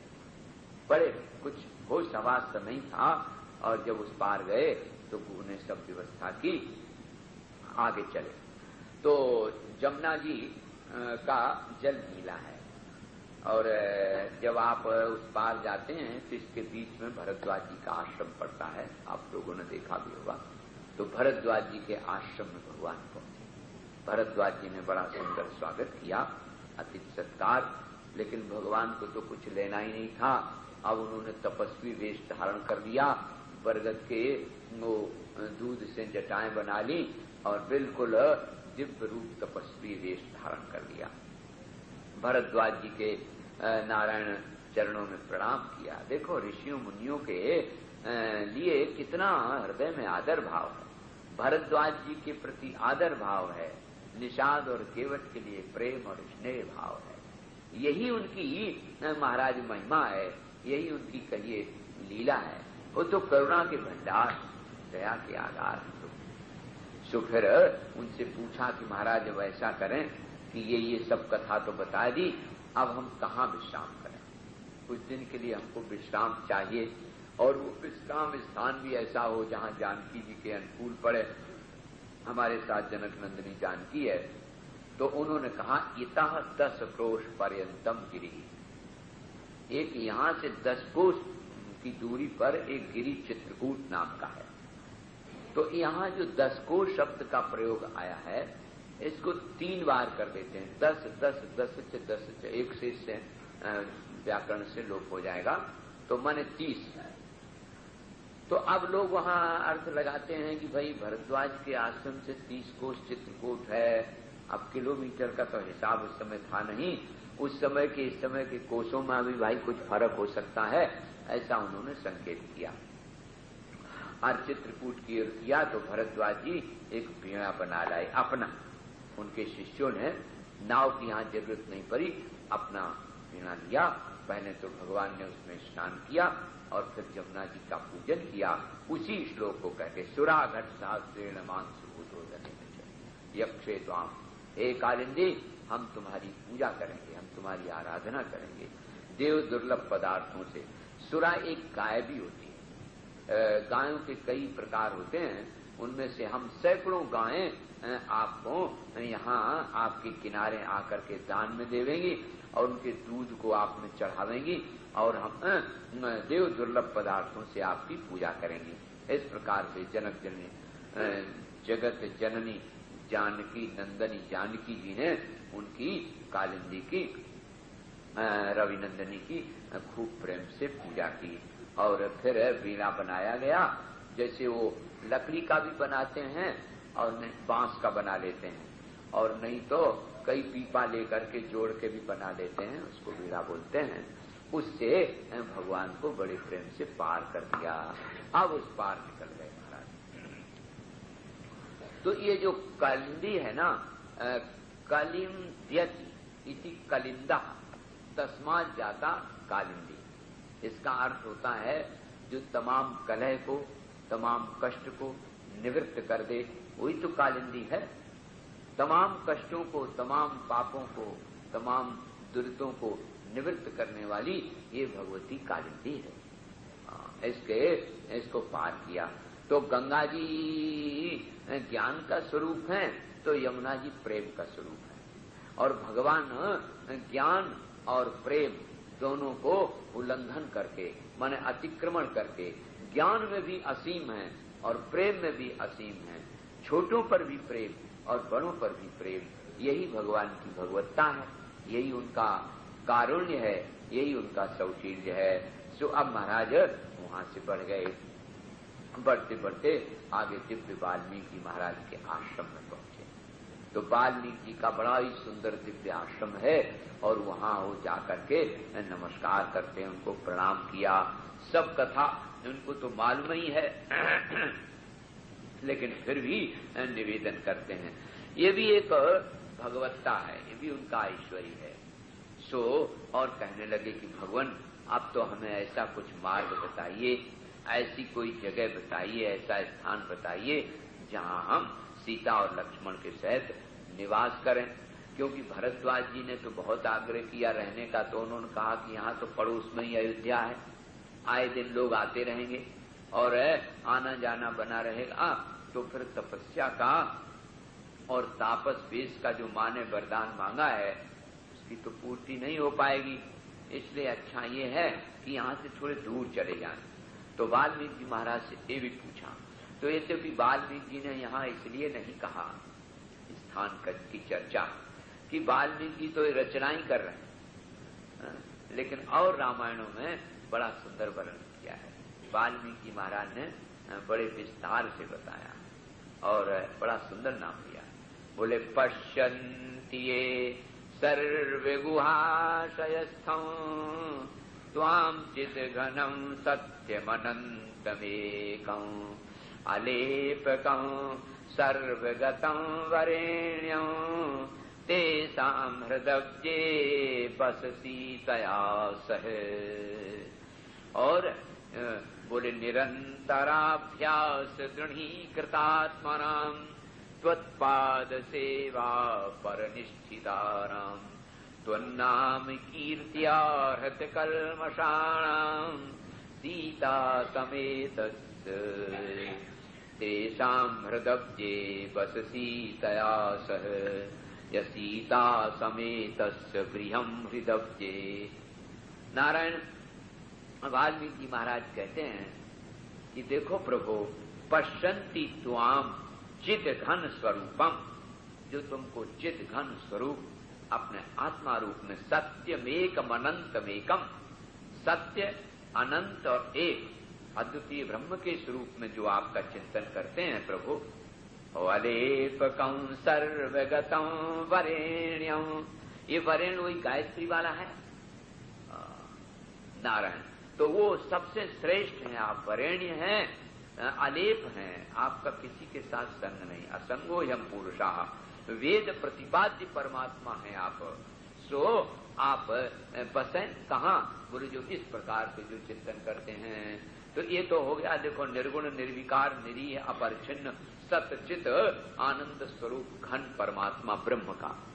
और जो सगुण उपासक है बोले निरंतराभ्यास दृढ़ीकृतात्मनां त्वत्पाद सेवा परिनिष्ठितानां, और निरंतर आपकी दिव्य चिन्मयी मधुमयी रसमयी अचिंत अनिंद अनंत सौंदर्य सार मूर्ति का चिंतन करते रहते हैं और आपकी चरण सेवा करते रहते हैं। त्वत्पाद सेवा परिनिष्ठितानां, और तुम्हारी सेवा में रात दिन लगे रहते हैं। और बोले त्वन्नाम कीर्त्या हृत कल्मषाणां सीता समेतस्य गृहं हृदये, उनके हृदय कमल सीता सहित आपके लिए रिक्त हैं। आप प्रभु वहां कहिए जो आपके ही नाम में निरंतर रत रहते हैं, आपके नाम के सिवाय और किसी का नाम जानते ही नहीं है। अनन्य है, अनन्य तो ही तू। हमारे ब्रजवासियों में एक कहावत है कि एक राधा कृष्ण की अनन्यता के भक्त थे। वे कहाँ हैं? हम अनन्य कृष्ण के हैं, वे कहाँ हैं? अनन्य हम राधा जी के हैं। तो वहीं ये घास काट रहा था एक किसान, उन्होंने कहा कि तुम लोग बार बार कहते हम राधा जी के अनन्य, वो कहते कृष्ण जी के अनन्य, अनन्य क्या होता? तो बोले कि भाई अनन्य क्या होता? कहा हाँ अनन्य हम जानना चाहते। तुम कौन हो? बोले हम अनन्य हैं। अब बोले तुम कौन? बोले हम सब फनन्य हैं। अनन्य क्या होता? बोले तुम पहले बताओ अनन्य क्या होता। तो उन्होंने कहा भाई हम हमारे इष्ट देव श्री कृष्ण हैं, और उन्होंने कहा हमारी राधा जी हैं। हम श्री कृष्ण और राधा जी के सिवाय और किसी देवता की कभी पूजा नहीं करते, न किसी की आराधना करें। जाते जरूर हैं सब देवताओं के पास, लेकिन हम किसी की पूजा आराधना नहीं करते। अब तुम बताओ अपना फनन्य क्या है? उन्होंने कहा मैंने तो तुमसे आज सुना कि कोई और भी देवता कृष्ण के सिवाय होता है क्या? हम तो कृष्ण के सिवाय और कोई देवता जानते ही नहीं है, इसको कहते हैं फनन्य। तो बोले हम तो फनन्य हैं। तत्पाद सेवा परिनिष्ठितानाम, ये नारायण स्थागत निवृत्त हुआ है, उसमें निष्ठा, और फिर परिनिष्ठितानाम, इसी को मैं बता रहा। जिसकी दृष्टि में, जिसके मन में, कभी बुद्धि में कोई दूसरा देवता आता ही नहीं है, ऐसे। और त्वन्नाम कीर्तिया रत कल्मषाणाम, आपका नाम रात दिन जपते जपते जिनके हृदय के कलुष समाप्त हो गए, तेषाम हृदब्जे बस सीतया सह, उनके हृदय कमल में सीता सहित आप निवास करें। अब महात्मा तुलसीदास जी ने तो बहुत स्थान बताए हैं, सो नारायण आप कभी व्यास जी से सुन लेना। अब वाल्मीकि महाराज के से आज्ञा लेकर के उन्होंने भी चित्रकूट स्थान ही बताया कि बहुत बढ़िया स्थान है और आपके रहने लायक है, सुंदर है, सुरम्य है, व्यवस्थित भी है और संरक्षित भी है। यहाँ ऋषि मुनि महात्मा आसपास बहुत से सो भजन पूजन करते हैं, आपका दर्शन करेंगे उनको और प्रसन्नता होगी। इस प्रकार से महाराज भगवान श्री राघवेंद्र आगे बढ़े। अब आगे बढ़े तो देखा वो रम्य बड़ा ही सुंदर है। तथा सुरम्य मासात चित्रकूटम महावनम, वे बहुत बढ़िया वन है आसपास, भजनीयम स्थानम इत्यर्था, और सुरम्यम, और बड़ा सुरम्य है। लता वीरुध गुल्मादि, वहां लता भी 4 प्रकार के होते हैं, देखो चारों बताए। यहाँ वृक्ष होते हैं, एक वीरुध होते हैं, एक लता, एक गुल्म, एक औषधि। तो ये सब के सब वहाँ हैं और सुंदर खूब फूल फूले हुए हैं, सुंदर सुंदर वहाँ पक्षी हैं और नाना पक्षी संकुलम, नाना प्रकार के पक्षियों से युक्त है वो वन। तो ऐसे दिव्य वन में एक कूट माने शिखर होता है, एक चित्र विचित्र कूट देखा, बड़ा प्रसन्न हो गए। बोले बस यहीं रहेंगे, यहीं ऐसा करो। लक्ष्मण जी को आदेश दिया कि भाई पहले तो हम वास्तु पर्णशाला बनाए बढ़िया थी, और फिर वास्तु पूजन हुए, फिर गृह शांति हुए। देखो धर्म की मर्यादा है ना। सो लक्ष्मण जी को दे रही क्या लगे, तुरंत बहुत बढ़िया सुंदर पर्णशाला बन गई। खूब उसमें विश्राम गृह अलग, मिलने जुलने का स्थान अलग, और बाहर घूमने टहलने का खूब बहुत अच्छा स्थान बन गया। सीता जी के लिए वाटिका उपवन भी पास में ही है, फूल चयन करने के लिए ये सब तैयार हो गया। अब भगवान ने कहा कि वास्तु पूजन होना चाहिए। तो देखो यही ये 56वां सर्ग है। अच्छा, इसके 22वें श्लोक से 27वें श्लोक तक की हम आपको याद दिला रहे हैं। कभी भी कोई बात कहे तो इसमें कई बार प्रयोग आया मांस का, ऐणेय मांसम शब्द है और शोणित रक्तम शब्द का प्रयोग है। तो आपको ये बात जानकारी होना चाहिए। कभी मदन पाल निघंटू आयुर्वेद में है, बड़ा प्रसिद्ध है, और नहीं तो सौभाग्य से हमारे पड़ोस में ही पांडे जी हैं, वैद्य जी, तो आप लोग उनसे मदन पाल निघंटू लेकर देख लेना। वहां मांस शब्द का प्रयोग गजकंद के लिए आया, और शोणित रक्तम, छिन्न शोणित रक्तम भी 56वें सर्ग के 22वें से लेकर 27वें श्लोक तक हम आपको इसलिए प्रत्येक सर्ग की याद दिला रहे हैं जिससे ये असल में जो ग्रंथ होते हैं ना, ये तो भगवत स्वरूप होते हैं। इसलिए वो परपाटी जो बहुत देर तक एक ही विस्तार से कहते रहे और फिर सब पन्ना उलट दिए, अब वो बीच का छूट ही गया। तो क्योंकि भगवत रूप है, चाहे वो भागवत हो चाहे रामायण हो, हमारी तो गुरु परंपरा यही है कि इसका एक भी सर्ग, एक भी प्रकरण कोई छूटने न पावे, क्योंकि जितना प्रकरण छूट जाएगा ना, वो तो सबका सब ज्यों का भगवत स्वरूप है। तो 22वें से 27वें श्लोक तक आप मूल देखें जाके, उसमें कई जगह प्रयोग आया। तो एक होता गजकंद, एक होता अश्वकंद, और आप लोग जो च्यवनप्राश खाते हैं ना, इसमें अष्टगंध पड़ता है। तो वो सब अभी हरिद्वार में कई कंद मिलती भी हैं, ऐसा भी नहीं कि जो दुरू हुए, तो ये सब मिलती हैं, एक कंदों के नाम है। और छिन्न शोणितम शब्द का जो प्रयोग आया है, छिन्नम शोणितम रक्त विकार जातम, एक रोग विशेष है जो चमड़ी में चर्म रोग होता है और वो सब में फैल जाता है, वो विसर्ग का रूप धारण कर लेता है। तो चर्म रोग कैसे किसी प्रकार का हो, इस औषधि से समाप्त हो जाता है।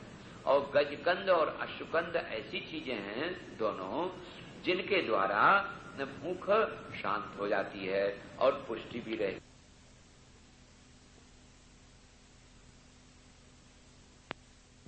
जिनके द्वारा भूख शांत हो जाती है और पुष्टि भी रहती है।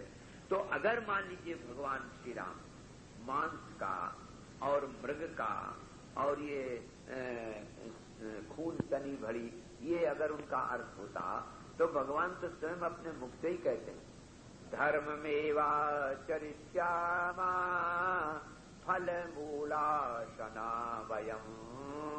अभी अभी कह चुके, जब निषाद ने कहा कि, तो उन्होंने कहा कि एक तो हम दूसरे की दी हुई कोई चीज लेंगे नहीं इतने दिन, और फल मूलाशना, और हम फल और मूल ही खा के इतने दिन बिताएंगे, निरामिष हमारा जीवन रहेगा। तो भगवान की कही हुई बात में विरोध हो जाएगा ना नारायण। इसलिए यहाँ ऐसा अर्थ समझ बूझ के करना चाहिए। अश्वकंद, गजकंद, शकलकंद। शकलकंद तो आप लोग एकादशी में जानते ही हैं, बिल्कुल इसी तरह का अश्वकंद भी होता है। थोड़ा वो मोटा ज्यादा होता है, लंबा, तो उसका छिलका हटा करके पहले पकाया जाता है। इस शकलकंद को भी तो आप लोग पकाते हैं, फिर उसको छिलका हटा देते हैं। तो भगवान श्री राम ने इशारा किया कि वो लाइए गजकंद, वो देवताओं को आज हम समर्पित करेंगे। सो लक्ष्मण की खंती लेकर के गए और खोद लाए महाराज, खूब गजकंद, और फिर उसको पकाया गया और उसका छिलका अलग करके केला के पात्र में रख दिया और देवताओं को अर्पित करने लगे। वास्तु पूजन किया भगवान। देखो ये है धर्म मर्यादा की बात। आप लोग घर बनाते हैं और ज्यादा से ज्यादा टोला पड़ोस के पड़ोसी बुला के एक पार्टी कर दी, ये है कायदा। गृह प्रवेश पहले है, उसका वास्तु पूजन करे, फिर गृह प्रवेश का मांगलिक ब्राह्मणों को बुला करके और विधिवत उसका पूजन अर्चन करना चाहिए। ये तो मर्यादा की बात है भाई। इसका पालन हम सबका परम कर्तव्य है। तो देखो आपको फिर एक याद दिला दें, उन्होंने वास्तु पूजन किया, देवताओं का पूजन किया, ग्रह शांति। तो आप लोग जानते हैं, कोई दोस्ती भी होंगे, ये तो काशी है ना, ये स्थिर और ध्रुव नक्षत्र कुछ विशेष होते हैं। तो वो जब भगवान श्री राम के राज्य की बात आई थी, तो कि कल पुष्य नक्षत्र है, कल भगवान का राज्य होगा, ये बात वहां आई। और यहाँ स्थिर और ध्रुव नक्षत्र में इन्होंने वास्तु पूजन किया है। तो उत्तरात्रय होते हैं और इतवार दिन माना जाता है, जो पूर्वा फाल्गुनी या पूर्व भाद्रपद, ये पूर्वाषाढ़, ये और इसी तरह से उत्तरा फाल्गुनी, उत्तराषाढ़ और उत्तर भाद्रपद। तो उत्तरात्रय तीनों ये जाते हैं, स्थिर में ध्रुव संज्ञक हैं ये नक्षत्र। और रविवार हो तो ये स्थिर संज्ञक समय मुहूर्त की दृष्टि से जान करके विधिवत वास्तु पूजन किया और वहां प्रवेश किया। अब भगवान राम जी वहां निवास करने लगे। देखो भगवान राम का प्रेम सबके साथ समान है। लक्ष्मण जी से कहा कि लक्ष्मण, मुझे तो ऐसा लगता है कि हमारे पिताजी बिल्कुल असहाय हो गए, वे किसी प्रकार से कुछ कर नहीं सकते होंगे। अगर तुम कहीं चले जाते तो उनको आश्वासन भी मिलता और भरत कोई अन्याय भी नहीं करने पाते। मेरे समझ से तो ऐसा है कि तुम इसमें शोक मोह में न पड़ करके तुम वहां चले जाते तो बहुत अच्छा। कई बार जब कहा तो देखो लक्ष्मण जी का हृदय भर आया, चरणों में गिर पड़े और कहने लगे, प्रभु आपको ये विश्वास है क्या? स्वयाहीना न चासीता न चाहमपि राघव मुहूर्तमपि जीवामा जलान्मत्स्यमिवोधृतौ। जैसे जल से मछली निकाल के अलग कर दी जाए और वो मुहूर्तमपि एक मुहूर्त भी नहीं जी सकती, ऐसे न सीता त्वयाहीना न चाहमपि राघव, हम अथवा सीता आपके बिना प्रभु नहीं रह सकते। और आपने कहा याद आ रही होगी तो न तातम न च शत्रुघ्न न सुमित्रां परन्तप दृष्टुमिच्छेमत्याहं स्वर्गं चापि त्वया विना। लक्ष्मण जी का प्रेम देखिए जरा क्या, न तातम न शत्रुघ्न न सुमित्रां परन्तप। हे शत्रुतापन राम राघव, सुमित्रा लक्ष्मण कहते हैं, सुमित्रा शत्रुघ्न, और तात मन हमें पिताजी की भी याद नहीं आती। अरे ये चीजें तो बहुत साधारण है। स्वर्गम अपनी न दृष्टुमिच्छेयम्, हम तो स्वर्ग भी नहीं देखना चाहते हैं सोया बिना, आपके बिना प्रभु आपसे रहित हमें स्वर्ग भी सीखा है। इसलिए दयानाथ हे करुणा सागर, मेरे ऊपर कृपा करें, मेरी सेवा स्वीकार करें। मेरी माता ने यही आदेश दिया है, इसलिए हम तो यहीं रहेंगे, आपकी सेवा ही संपन्न करेंगे। तो भगवान श्री राम तो प्रेम भरे हैं, उन्होंने हृदय से लगा लिया और कहा, प्रिय लक्ष्मण, असल में तुम ही मेरे असली सहायक हो, तुम अकेले बंधु ही नहीं हो, तुम हमारे सब कुछ हो, सचिव भी हो, बंधु भी हो, प्रेमी भी हो, सेवक भी हो, सब कुछ तुम ही हो। इस प्रकार से अब कभी कभी कोई चर्चा चले ना तो बड़े प्रेम से उस चर्चा के प्रसंग में याद कर लेते हैं अवध की, ऐसे ऐसे होंगी माँ, ऐसी माँ के कई, ऐसे महाराज बिरबल होंगे, नहीं तो गुरु जी ने सब व्यवस्था कर दी होगी, क्योंकि गुरुदेव तो बहुत उदार हैं और उनकी बहुत करुणा है। इसलिए गुरु जी के रहते रहते किसी को कष्ट नहीं होने पाएगा। अब तो भरत जी आ ही गए होंगे और नहीं आएंगे होंगे तो समाचार पहुंच गया होगा, भरत जी के आते सब राज्य व्यवस्था हो जाएगी, प्रजा को कष्ट नहीं होना चाहिए। देखो राम के हृदय में एक बात है, और याद करते कि भाई ऐसा न हो कि बीच में जब तक भरत जी ना आवे या आवे तो प्रजा को कष्ट हो। तो उनके नेत्रों से आंसू आ गए, सजल नयन रघुनंदन के होते होते सीता जी के लिए आंसू आ गए। याद करने लगी ना अपने घर की, कौशल्याम्बा की, और वो जो स्मृति है ना, वो स्मृति जागृत होते होते उनके ध्यान में बात आ गई। तो देखो एक बात आपको याद दिला दें, ये जो श्री राम का पावन चरित्र है ये बिल्कुल मानुष्य रूप का है। ऐसे जब आप लोग भी घर से बाहर जाते हैं तो याद करते हैं, उनके बीच बीच में जो प्रेम भाव हैं वो आप लोग याद करते जाएं, देखते जाएं। और देखो दृढ़ निष्ठा लक्ष्मण की, आपने देखा लक्ष्मण जी कहते हैं कि मुहूर्तमपि न जीवामा, हम एक क्षण भी नहीं जी सकते, जैसे जल के बिना मछली। ये भ्रातृ प्रेम होना चाहिए। तो भ्रातृ प्रेम और पति पत्नी का प्रेम और सेवकों का प्रेम, प्रजा का प्रेम, श्री राम जी स्मरण करते करते गदगद हो जाते हैं, सजल नयन हो जाते हैं। ऐसे इस प्रकार से कभी कोई कथा कहानी पुराण की होने लगती है, पुराने इतिहास में अपने हमारे रघुवंशी ऐसे हुए, और कभी किसी की कथा पुराण होते हैं, श्री राम जी सुनाते हैं, लक्ष्मण जी सीता जी उनका अनुमोदन करके सुनते हैं प्रेम से, और सब ऋषि मुनि मंडल वहां का इतना प्रसन्न वातावरण हो गया चित्रकूट का कि भाई भगवान जहाँ रहते हैं वहीं तो सब कुछ है ना। अवध तहीं जहाँ राम निवासु अवध साईं, साईं दिवस जहाँ भानु प्रकाशो,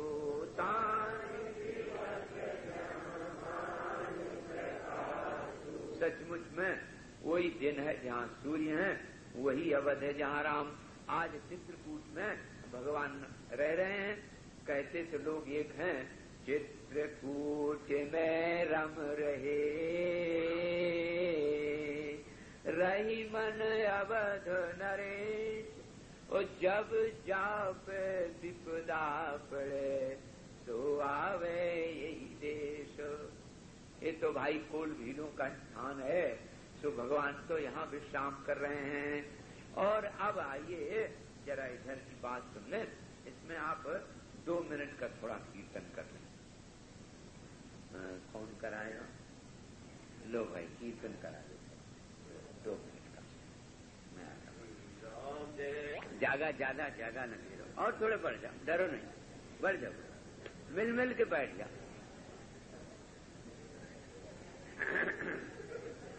ये तो पता चले कम से कम कि ऐसे हम मिलके बैठ सकते हैं। सत्संग में ही अवसर आता है। नारायण नारायण नारायण। और बहुत से तो लोग ऐसे हिलडुल जाते हैं, उठते हटते नहीं हैं। अब पुरुषों के लिए भी आप लोग भी थोड़ा मिलके बैठ जाओ। अभी चाहो तो लोग कहते हैं ना दिल में जगह हो। वैसे तो काशी के श्रोता हमको बहुत प्रिय है। जहां जगह मिलती है वहां अपने प्रेम से बैठ जाते हैं। इतने बड़े बड़े लोग ये भी विचार नहीं करते हमारे लिए कोई व्यवस्था विशेष।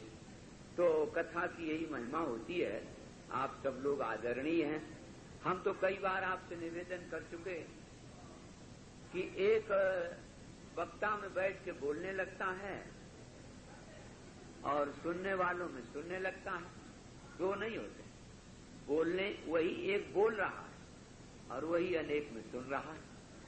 इसलिए आप सब लोग आदरणीय हैं, हृदय के समान प्यारे आत्मा हैं। आप सबको नमस्कार है। बड़े प्रेम से जहां जिस जगह मिले, माइक की बढ़िया व्यवस्था आई है, बाहर भी सब व्यवस्था है, तो बैठ गए और जरा शांति से सुने। अब आइए, भगवान श्री राघवेंद्र तो चित्रकूट में विराजमान हैं और सुमंत अचेत अवस्था में। जब वो गुह लौट के आया वहां से, और लौट के जब उसने देखा कि सुमंत तो उसी प्रकार से जैसा मैं छोड़ गया था वैसे बिल्कुल अचेत पड़े, ना घोड़ों ने कुछ खाया पिया है और न सुमंत ने, तो हृदय से लगा लिया उसने और कहा, सुमंत इस समय तुम्हें कर्तव्य का पालन करना चाहिए। सेवक का कर्तव्य बहुत महान होता है। तुम एक संदेश लेकर के आए थे और जब तक तुम संदेश लेकर के महाराज के पास नहीं पहुंचोगे तब तक महाराज प्रतीक्षा करते। तो जब महाराज ने कर्तव्य का पालन किया, श्री राम जी ने, लक्ष्मण सीता ने अपने अपने कर्तव्य का पालन किया, और तुम विचार करो तुम्हारा इस समय कर्तव्य क्या है। राजा को प्रतीक्षा, परायण राजा को संदेश देना तुम्हारा कर्तव्य। इसलिए होश में आओ, ऐसी प्रतिज्ञा मत करो, सरथोग्निम प्रवेक्षामि, हम रथ सहित अग्नि में प्रविष्ट हो जाएंगे लेकिन जीवित नहीं जाएंगे। जब इस प्रकार से सावधान किया, कर्तव्य का मार्ग सचमुच में बड़ा दुरूह होता है। कर्तव्य की दृष्टि दी, हृदय से लगा लिया, अश्रु झरझर गिर रहे थे और कहा कि मुझे एक ही शोक है। मैं जानता हूं कि जैसे मैं समाचार महाराज को सुनाऊंगा कि राम जी नहीं लौटे, वैसे महाराज तुरंत प्राण परित्याग कर गए। तो उस समय की मेरी अवस्था क्या होगी? प्राण परित्याग का कारण मैं बन जाऊंगा। न जाने कितने दिन से मैं उनका मंत्री हूं, मुझे उन्होंने बड़े प्रेम से रखा है और आज मैं प्राण का परित्याग करने का कारण बनने जा रहा हूं। ये बात याद करके मुझे दुख लगता है लेकिन खैर कर्तव्य की दृष्टि भी बड़ी विचित्र होती है, हम जाएंगे। तो महाराज जिस समय रथ पर बैठे और चलाने लगे तो उन घोड़ों की याद आ गई कि प्रभु जब आए थे तब उन्होंने पहले अपनी व्यवस्था नहीं की, कहाँ हम रहें और क्या हम खाएं पिएं, ना ना ना, पहले मेरी व्यवस्था की। तो घोड़ों के तो आंखों में ऐसे आंसू झर रहे हैं जैसे कोई बरसात आ गई। न उन्होंने जल पिया है और न दूसरी ओर देखा है, गंगा की ओर वो ऐसी टकटकी लगा के उतने दिन से घोड़े रह गए। भला बताइए, चरफराही है चल ही न घोरे, रथ में उन्होंने जोड़ तो दिए लेकिन चलते नहीं तृण चर ही न पिया ही पय, लूचन मूचत बारी परम दुखी भाव। जिस समय उनको देखा करे घोड़े आंसू डाल रहे हैं, न जल पी रहे हैं न चल रहे हैं, आगे को बढ़ाओ तो पीछे अड़क पड़ते हैं। तो निषाद की भी आंखों में आंसू भरे आएगा। जासु वियोग विकल पशु ऐसे, प्रजा मातु पितो जीवहि कैसे। जब पशुओं की ये दशा है कि झरझर आंसू डाल रहे हैं, जल नहीं पी रहे हैं, आगे चलने की हिम्मत नहीं पड़ती, बार बार पीछे देखते हैं। गंगा में नाव पे जब बैठे थे श्री राम तो वही छवि घोड़ों के आंखों में समाई हुई है। किसी तरह से बहुत प्रयत्न करने पर सुमंत नगर में पहुंच गए। प्रेमियों, उस समय नगर को क्या लग रहा था, घर मसान जन परिजन भूता, कोई तुलना ही नहीं है। आज स्मशान बनी हुई है अयोध्या, जो इंद्रपुरी से भी बढ़कर के थी। सुमंत को कोई बोल नहीं रहा, कोई देखता भी है तो कुछ सुनता ही सुनता नहीं। बड़ा दुख हुआ और सीधा जाकर के महल में प्रवेश कर दिया। आपको मालूम ही है कि केकई के भवन से भगवान के चले जाने पर महाराज दशरथ ने बड़ा प्रयत्न किया था, तब बाहर निकल पाए और कई लोगों की सहायता से कौशल्या अम्बा के भवन में पहुंचे। और जब वहां पहुंचे, वहीं पहुंच गए सुमंत के रूप को देख करके, उनके रूप को पा करके समझ तो गए, लेकिन फिर भी जय जीव कह करके, और सुमंत ने हृदय में जैसे कोई पत्थर रख ले ऐसा संकल्प करके समाचार सुनाया। जब समाचार सुनाते थे सुमंत, हृदय भरा हुआ था, वाणी गदगद, सजल नयन, शोक का समुद्र उमड़ा हुआ था। सारी नगरी में ये हो गया कि सुमंत लौट आए, लेकिन राम नहीं आए।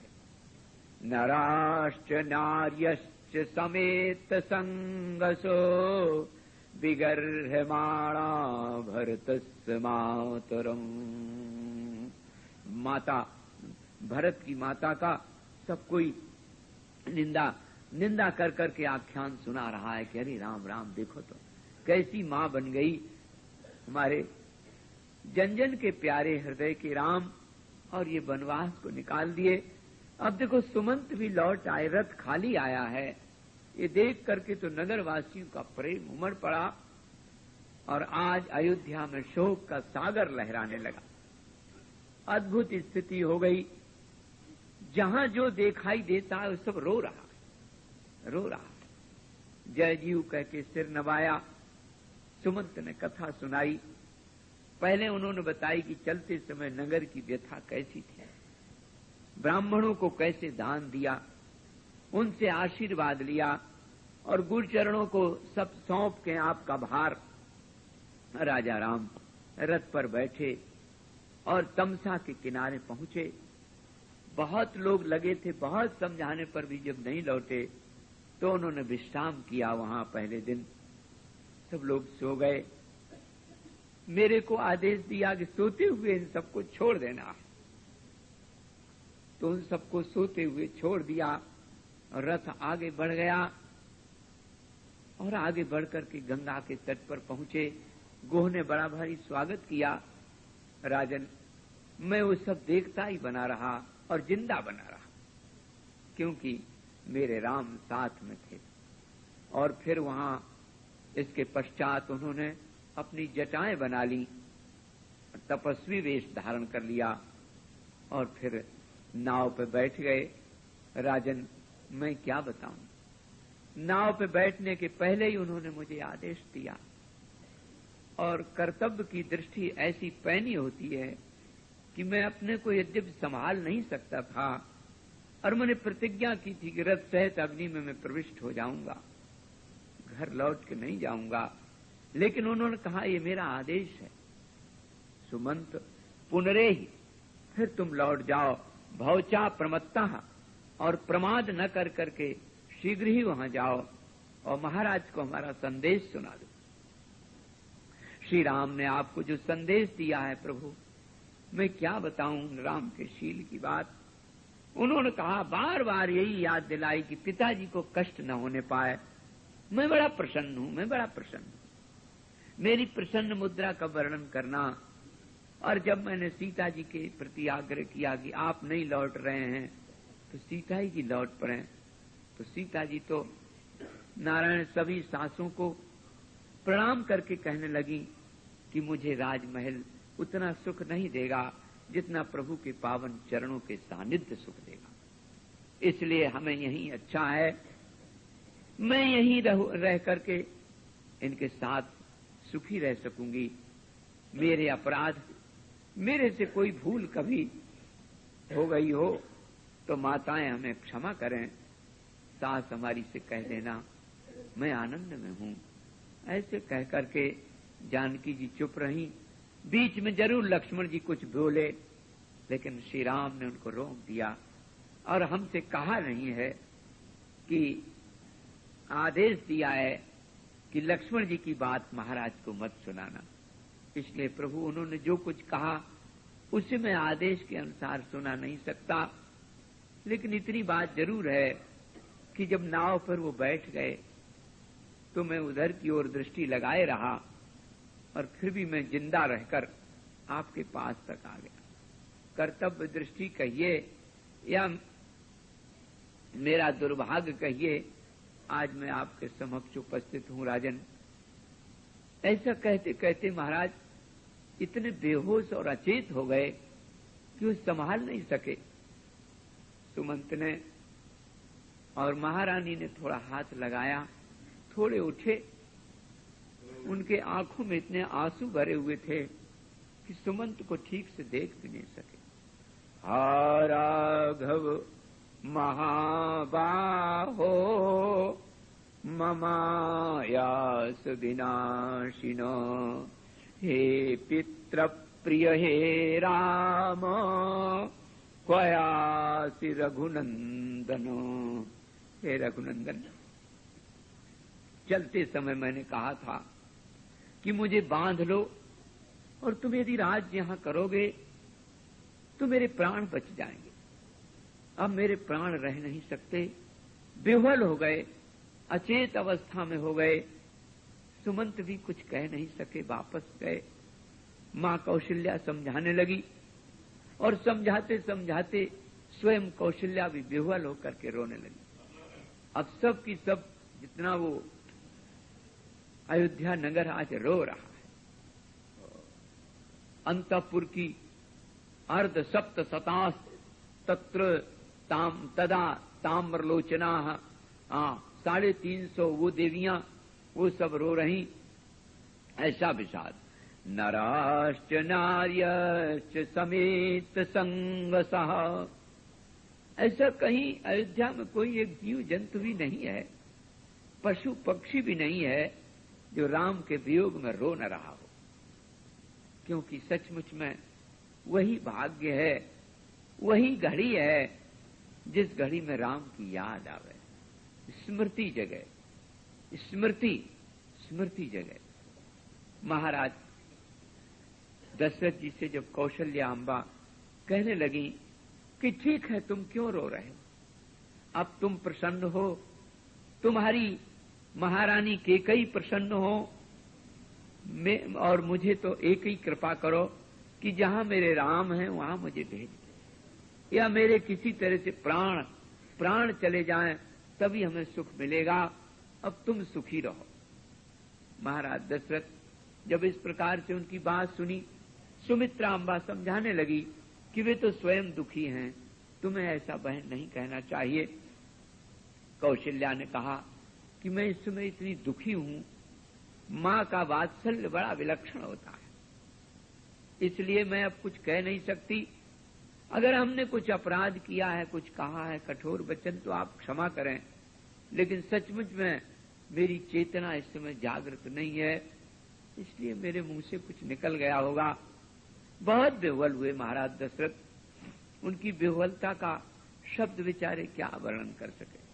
और सचमुच में महाराज दशरथ का जीवन तो राम के लिए था। राम के लिए तो जीवन सबका है, लेकिन कोई कोई बड़भागी ऐसे होते हैं जिनका जीवन राम के ही आश्रय होता है, नहीं तो ज्यादातर काम के ही आश्रय देखा गया है।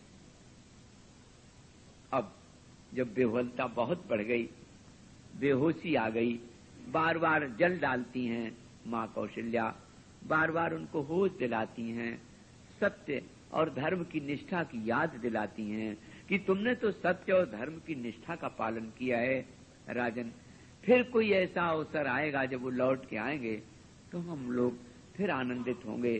धैर्य धारण करने का ये समय है, ऐसे अवसर पर धैर्य धारण करना चाहिए।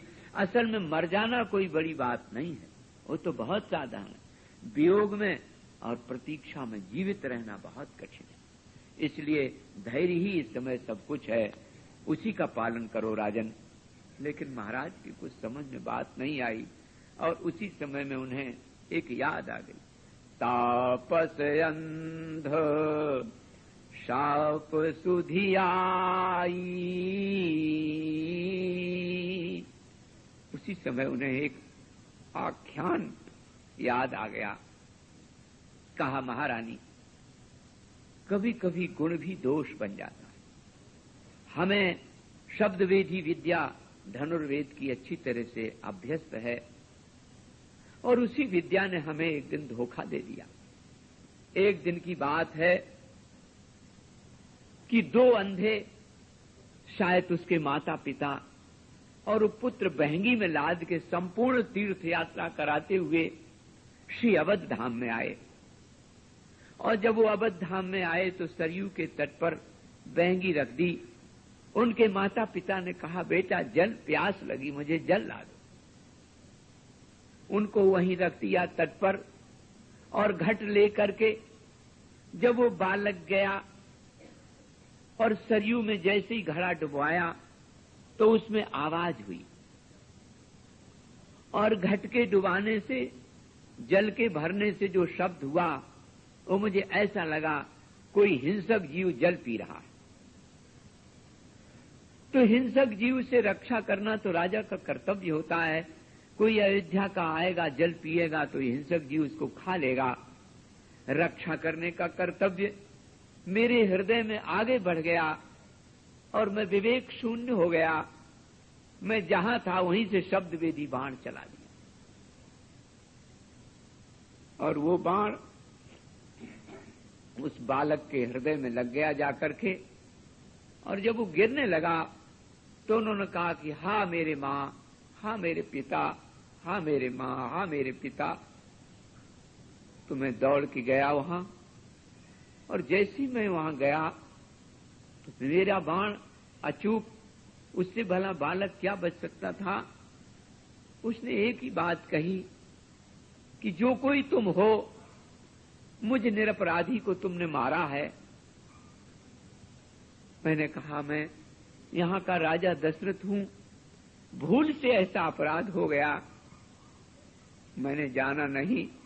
शब्द वेदी बाण एक हिंसक जीव को समझ के चला दिया, आप हमें क्षमा करें।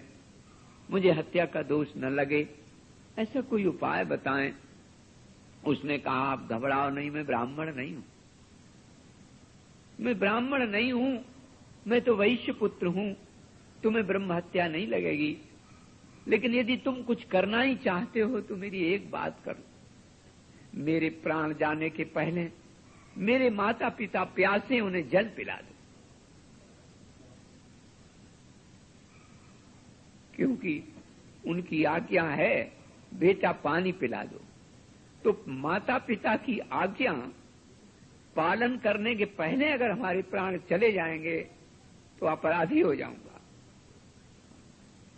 तो मेरे प्राण जाने के पहले उनको जल मिल जाना चाहिए, इसलिए विलंब न करो राजन, तुम जाके जल पिला दो। मैं क्या करूं? वो कालदंड का बाण था, उसके प्राण पखीर उड़ गए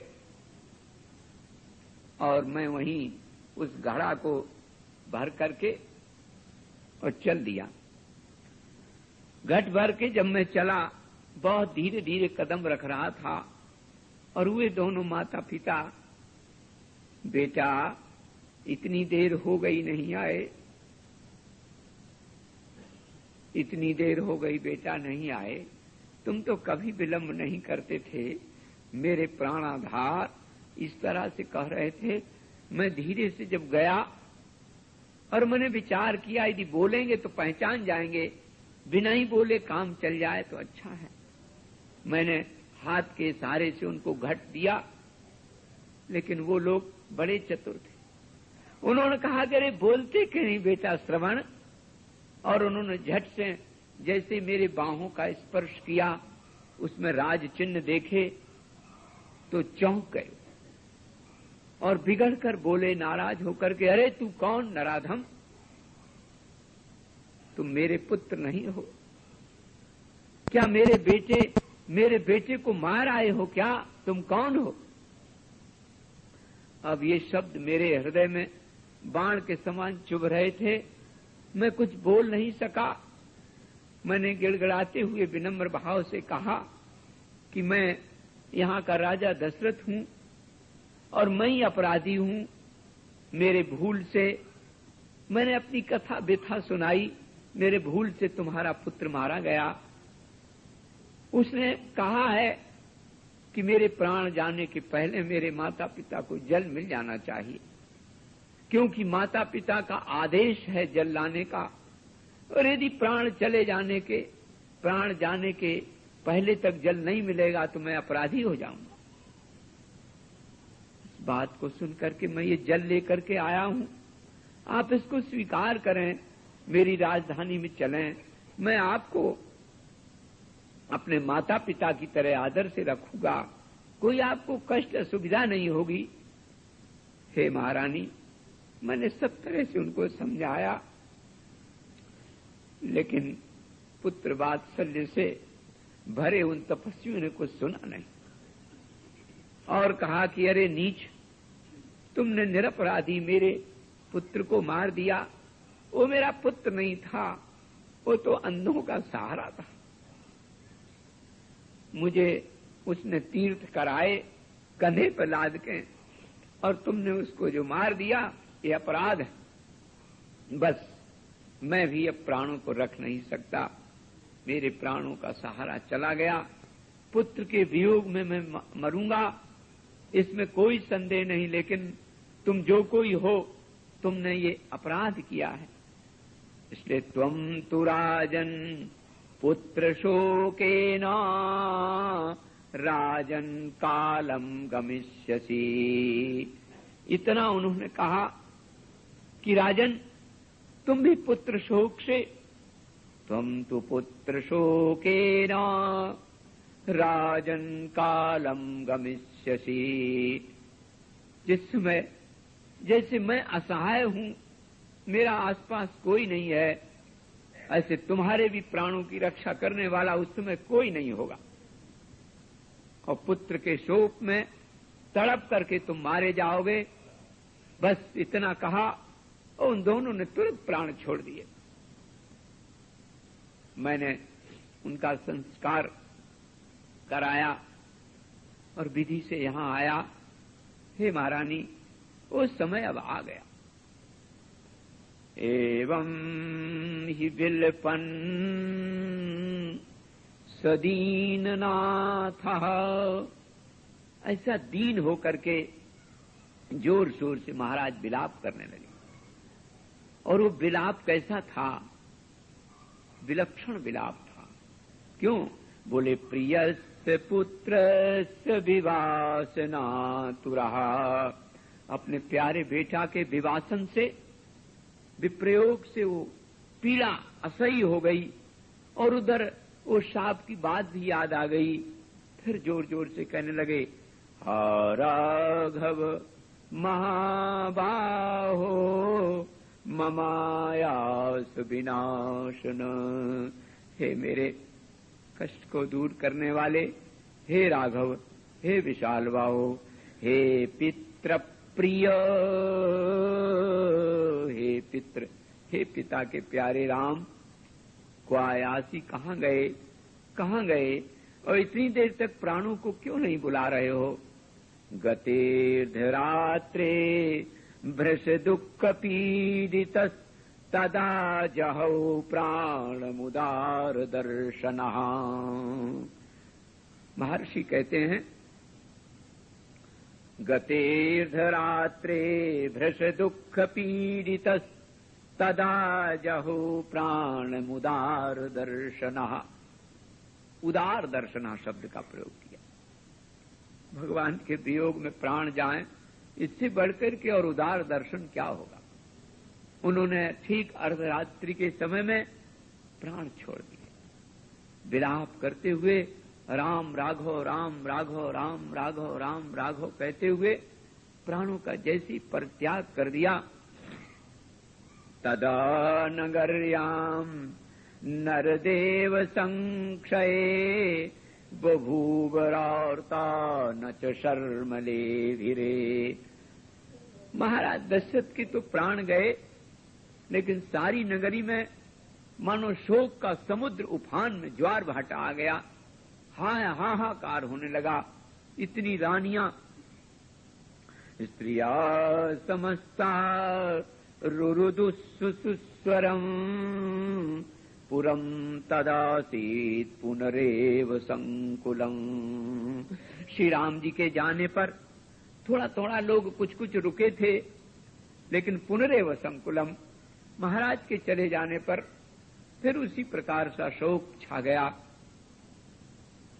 महारानी सिर पीट पीट कर रोने लगी और रानियां सब रोने लगी। सुमंत भी बहुत दुखी हुए। और वहां का वो समाचार ऐसा अद्भुत था। देखो महाराज, समय भी क्या होता है। भगवान स्वयं जिनके बेटे 4 पुत्र हैं, लेकिन इस समय कोई पास में नहीं है। लोग कहते पुत्र होगा तो अंतिम संस्कार करेगा। इस समय कोई पास में नहीं, संस्कार करने वाला कोई पास में नहीं। विलाप करते करते रानियां विह्वल हो गई, मानो वहां के महल रो रहे हैं, वहां के पशु पक्षी रो रहे हैं, वहां की ध्वजा और पताकाएं अपने आप झुक गईं। ऐसा महाराज दशरथ का प्राण परित्याग का काल आया। अद्भुत है महाराज, जीवन का यही अवसर है जब हम संभल सकें और विचार कर सकें